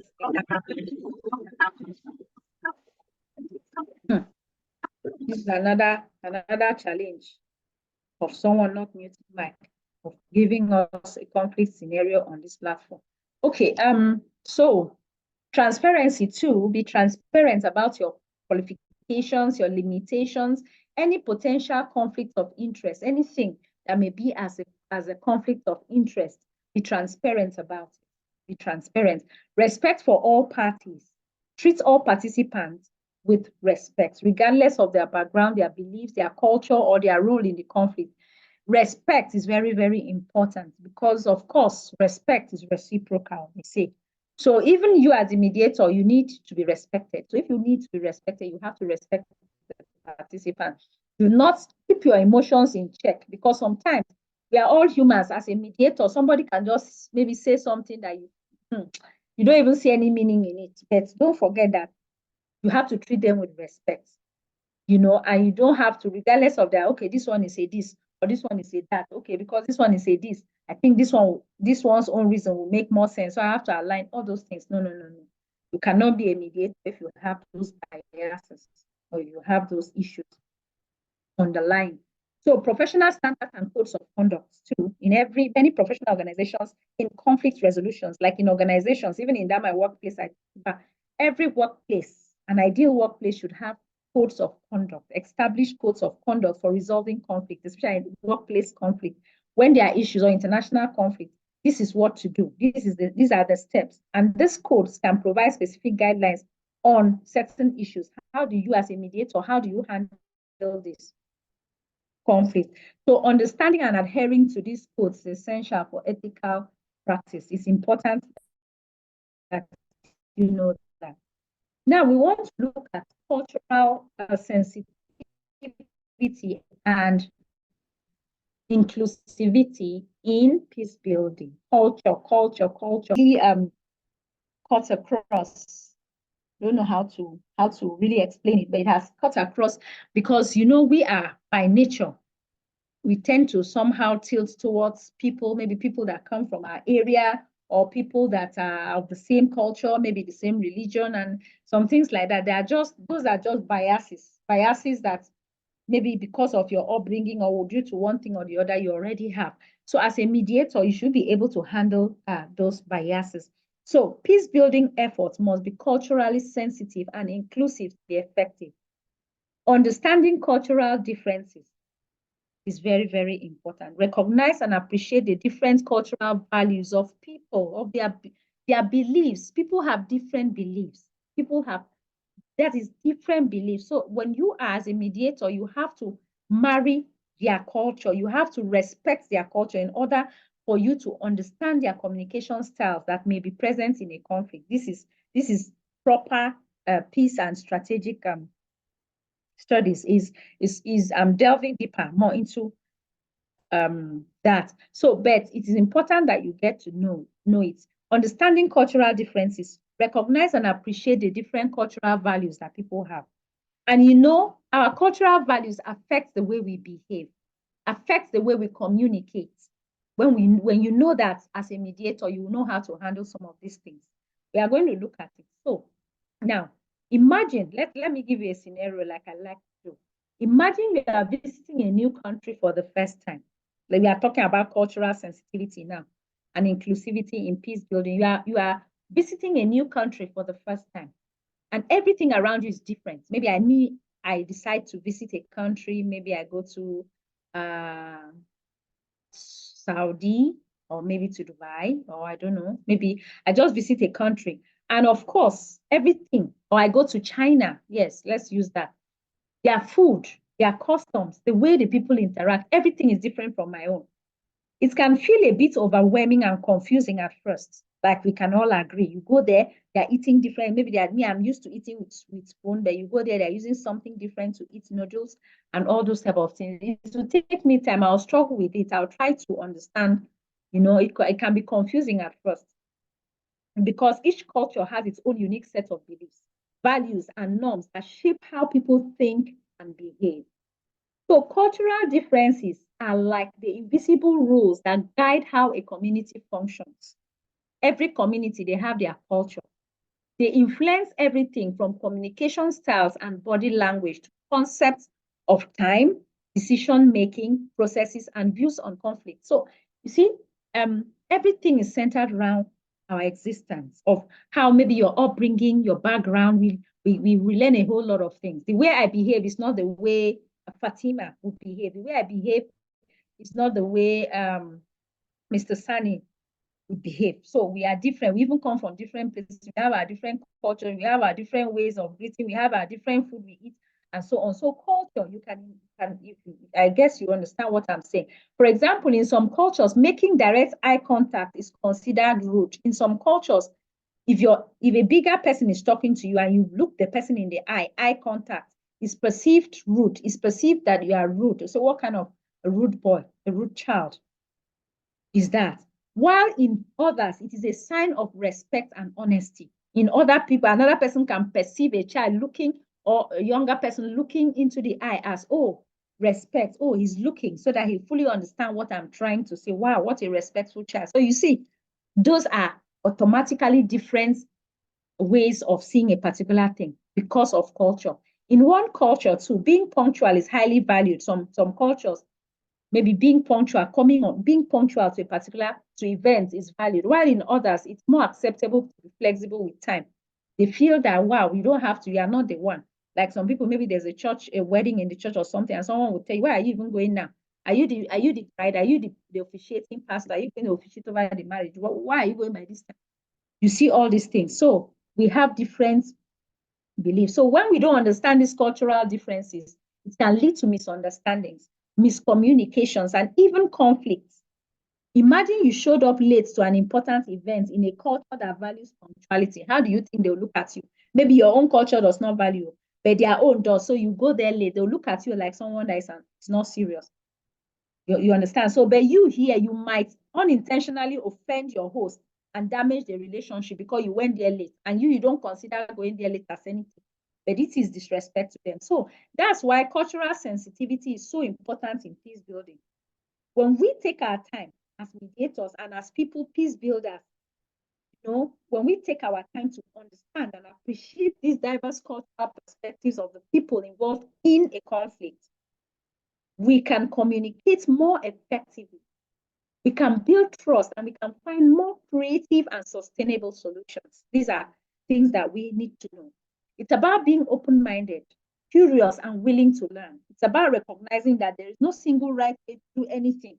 That's what I want us to understand. This platform is not cast on concrete. So anything that is not cast on concrete, it's flexible. So you just learn the right way of doing these things. And to have a rich tapestry of cultural diversity that we can all learn from. That's it. I may want to learn how the Northerners behave, and they may want to learn how I behave. So with all these things, it helps us. So we also have power dynamics and marginalization. Power dynamics. Be aware of power imbalances and ensure that marginalized voices are heard and are represented in the peace building process. Now, power dynamics. Power dynamics simply refers to maybe an equal distribution of power, where power is not distributed equally, influence is not distributed equally, and access to resources within a society or a conflict setting is not distributed equally. So even as a mediator, if you don't give the right for people to talk, maybe this one is a multi-billionaire, and this one is just, and they are in a conflict. You say, oh, no, because this one is a multi-billionaire, let's hear from this one, or you tend to tilt towards one side. Already, power dynamics is coming into play. You are making the other person feel less of human for the fact, just because the person doesn't have wealth.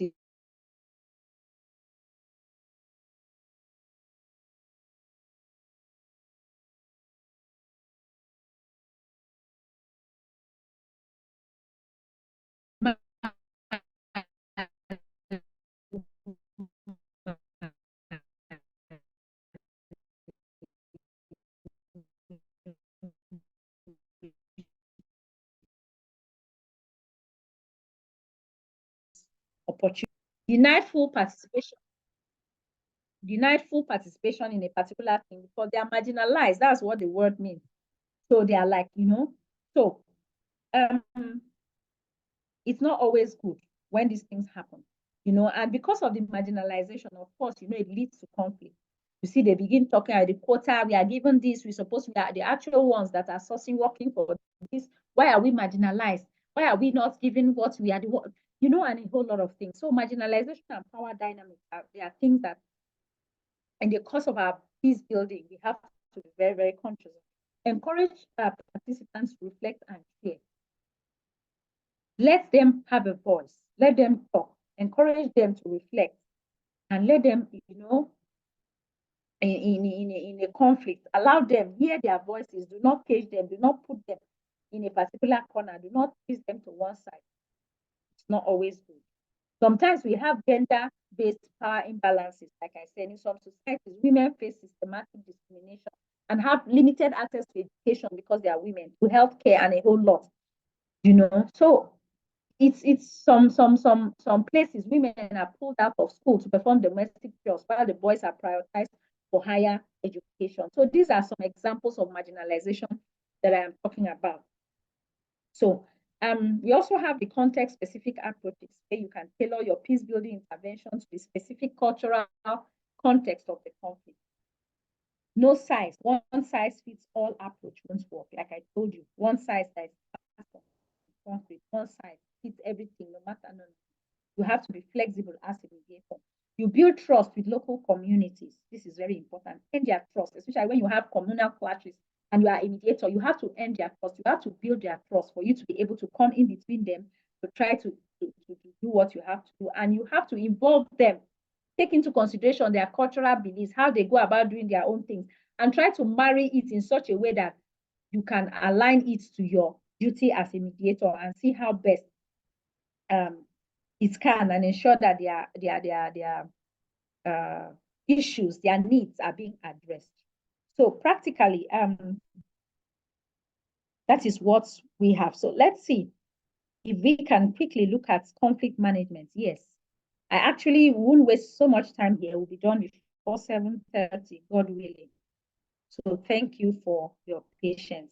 Remember, like I said, you can feel very free to put your question, drop your comments. I want to be fast because at the end, I'll give you time, some few seconds before we call it a day. So conflict management in specific contexts. We can manage, like we said, there are conflict management in communities. What are the steps? What are the approaches? Mediation and facilitation, like we talked about. Techniques for helping community members resolve their conflicts. So this particular module talks about the different settings that conflicts can arise and what we can do, the best methods to handle. So if it is community conflict, you can have the mediation and facilitation to help resolve disputes peacefully and collaboratively, restorative justice practices as well. Module 8, hobby. You can also have that. And let's see.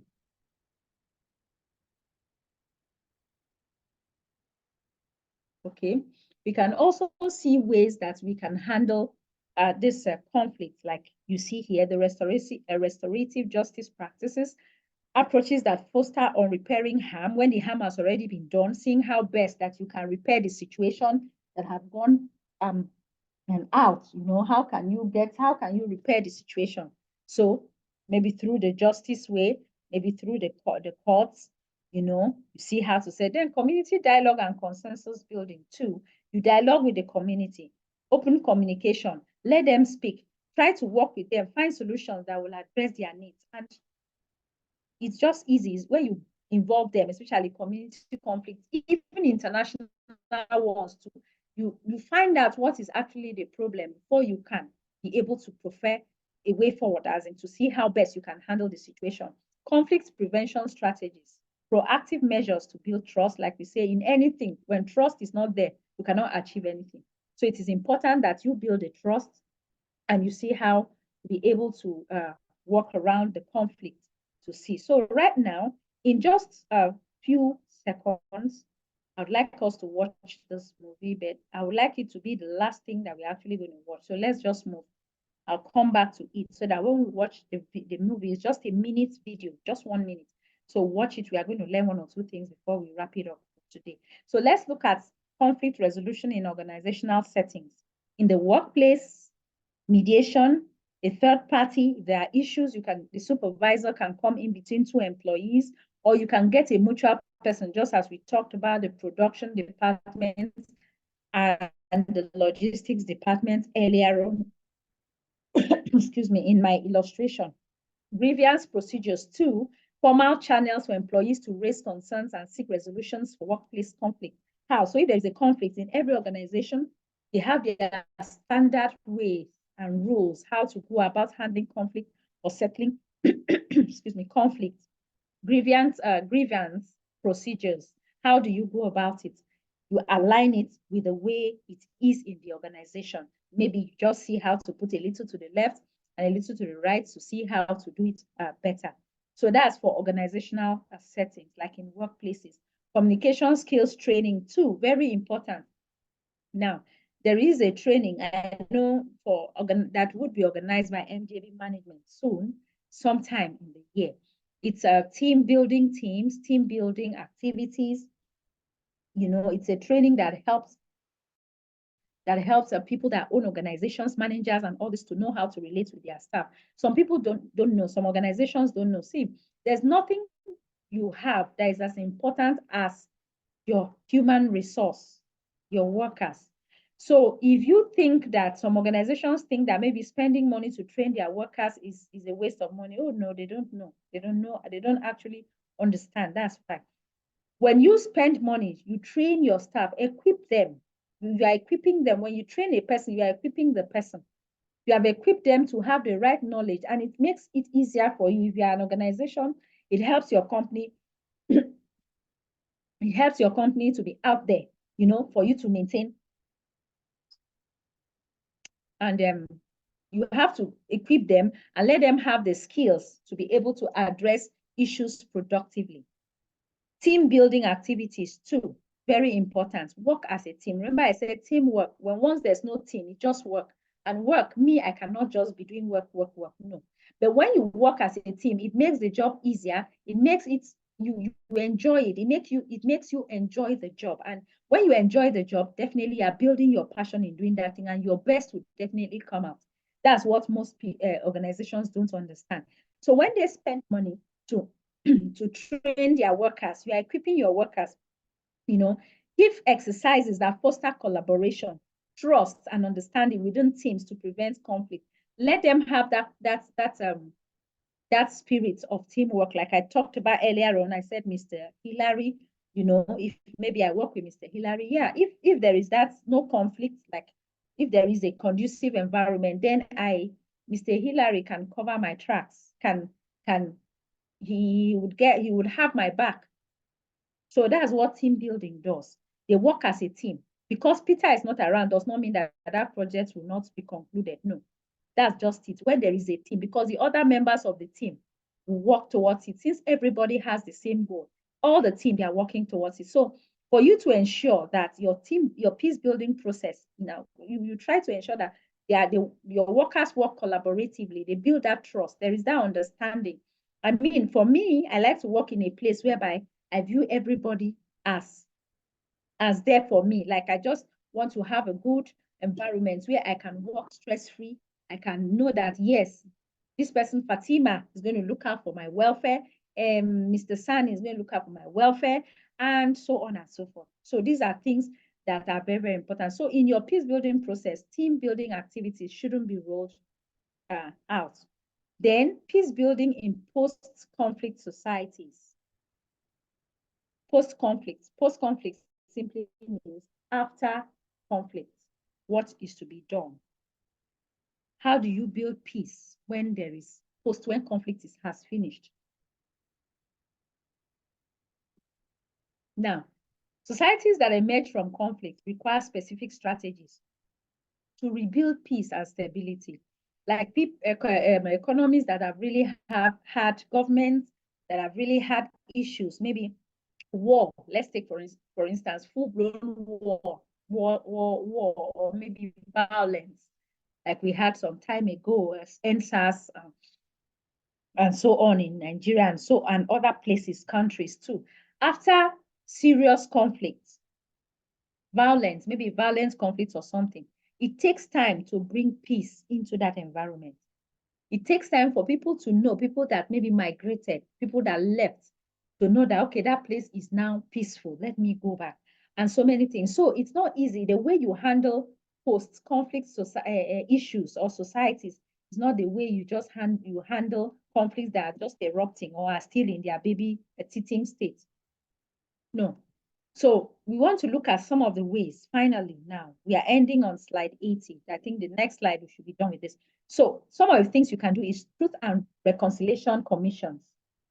What are these commissions? They are important tools for addressing the legacy of human rights abuses and promoting social healing in the aftermath of violent conflicts, like I talked about. So after violent conflict, we need these commissions to see how to reconcile people, to see how to help people that are wounded emotionally now, not the physical, to see how to restore sanity to the place. What are some of the goals of these commissions? Establishing the truth, providing a platform for victims, fostering reconciliation, recommending reforms, things that they could do after this conflict, how to bring back life into that place. Now, another thing they can also do, like we don't have much time, but we have like the South African Truth and Reconciliation Commission. That is one. We have the Liberian Truth and Reconciliation Commission that was after the human rights violations and international humanitarian law looks at that too. So we have so many of these reconciliation commissions. The list is endless. What they do is after conflicts, post-conflict, they come and mediate to see how to acknowledge, let these people acknowledge that they are wrong, and then promote healing, help the people to heal from it. Also, we also have disarmament, demobilization, and reintegration. We said this one, especially for combatants, for people that are, what they call Niger Delta, what do they call? Militants, yeah. Maybe after that, you can see a way, you can have programs to reintegrate former combatants into the society. Like I know there are sometimes after conflicts, when people are remorseful, some of these commissions, what they do is that they get these people that confess their wrongs, actually see that there is no way for them to continue doing that. They own up. The next thing they do is to disarm them. You understand? They return their weapons. They turn a new leaf. Permit me to say that in a literal form. They turn a new leaf. And what are you expected to do? These commissions help to reintegrate them into the society. Already they have carved a niche for themselves.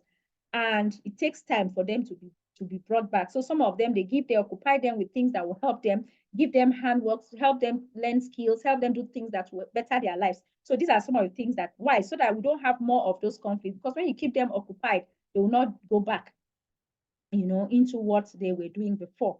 Economic development and reconstruction too do give things that will address poverty and inequality that can fuel conflict. So the government has to look into it and make these people to have means of livelihood so that they don't return back to where they stopped.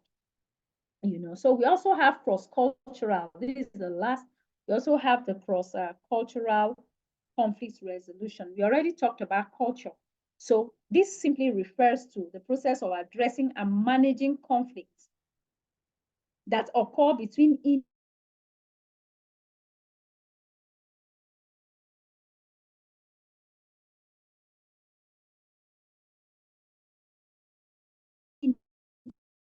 have the cultural awareness and sensitivity like we talked about before, understanding that these people have their norms, have their different kinds of approach towards things, then you see how to do. We have a couple of them. We have examples of them. We have the Greenlander Danish conflict in Greenland. All this, we have so many of it that if I want to put the list is endless. So understanding the cultural differences is one thing.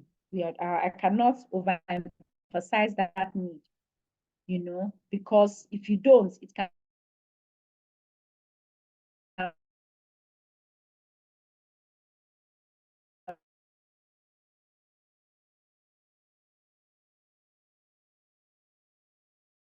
fear. Now, like we talked about, third-party neutrality in cultural diverse settings. You bring a person that is a third party, that is of a neutral culture, that will not have the affinity to align towards the culture of A or culture of B, the things that we need to know. So I did say that finally, in the next 2 minutes, I wouldn't exceed 7:30, and I intend to keep it. So let's just quickly take a look at this 1-minute video, and we'll learn a lot of things from it before we call it a day. So I would like to know if we are together right now. If you can hear, you let me know. Are we together, please?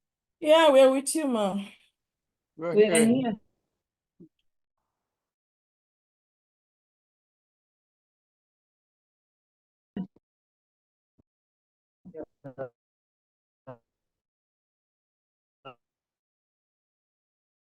here. Thank you for it. Okay, is it audible enough? Can we hear? The audio is not there. No. Okay. What could be the problem? Just give me a second. Let's see. Why are we not hearing the volume? Okay. All right, let's try this time around and see if we are going to hear.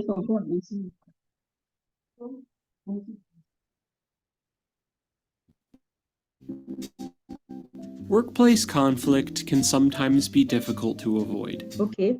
Is it audible now? Yes, it Yes, is. it Pardon? Yes, Is we it can hear now. audible? Yes. Yes.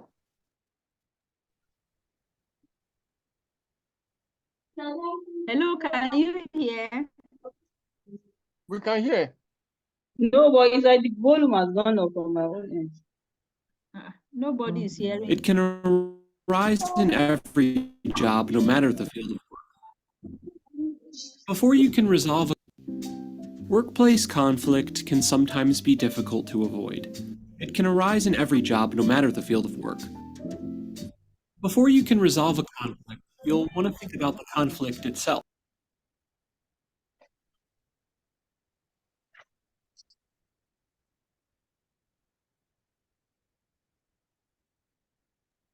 It has gone off. Oh. We lost you.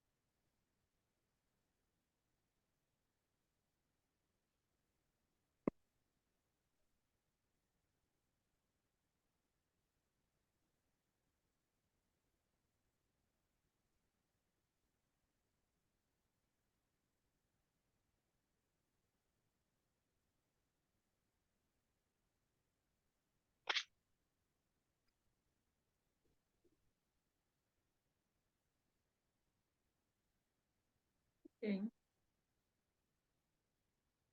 All right. I think what happened? Did the screen go away? Please, are we together? Hello? Yes, we are together. Okay, I think we are back now. We are back now. Okay, but were we able to view the video, like to hear? Was it? No. The No, video we went off. lost you at some point. The video went off. We couldn't hear anything. Okay, fine. So let's see. Let's get to it because I want us to learn something. I don't know, maybe network, but we finished. So network shouldn't just play a fast one on us. So is it loud?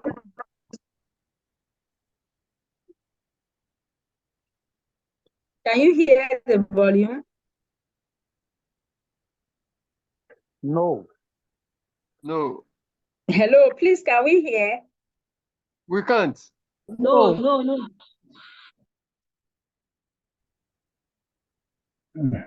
I don't know what's wrong with it. Okay, fine. Let's get doing the last time. Workplace conflict can sometimes be difficult to avoid.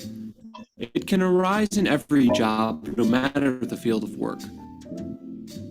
Before you can resolve a conflict, Fine. I guess it's audible now. Yes, ma'am. Hello, is it audible now? Yes, ma'am. Manageable. It's breaking from my end. Hello? It's It's just breaking, but breaking, I ma'am. think we can manage it. Breaking. Anyone here? Okay, is it? Is there any way you Okay. can drop it for us on the WhatsApp platform? Okay, fine. So let me take it from the start. Last time, so we leave. workplace conflict can sometimes be difficult to avoid. It can arise in every job, no matter the field of work. Before you can resolve a conflict, you'll want to think about the conflict itself. Listen to your own thoughts and feelings, but also consider why the other person feels the way they do.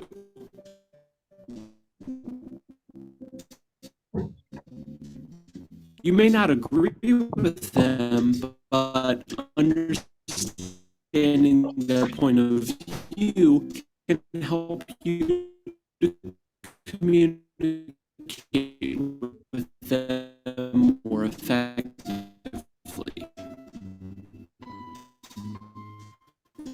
After considering this, find a time to talk with the other person. It's best to do this in person. Words and feelings can often be misinterpreted.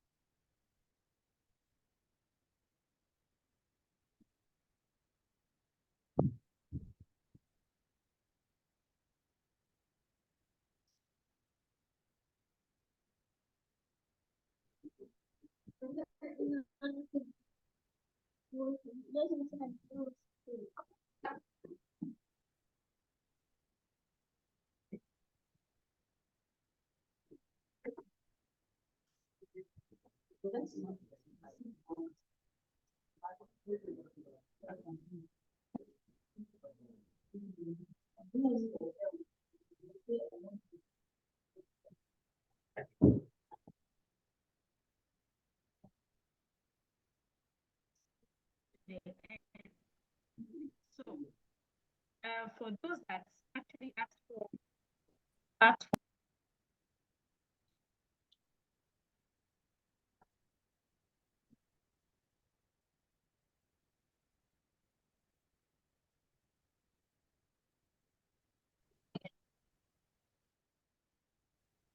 Please, can everyone hear me? We have come to the end. I think network is trying to be funny. Thank God we've actually gotten to the end. Can everyone hear me, please? We can hear you now. I don't know. It just went network. It has started. So with this, I think we have come to the end. Please, like I said, if you have any questions, you can drop it on the registered participants group on WhatsApp.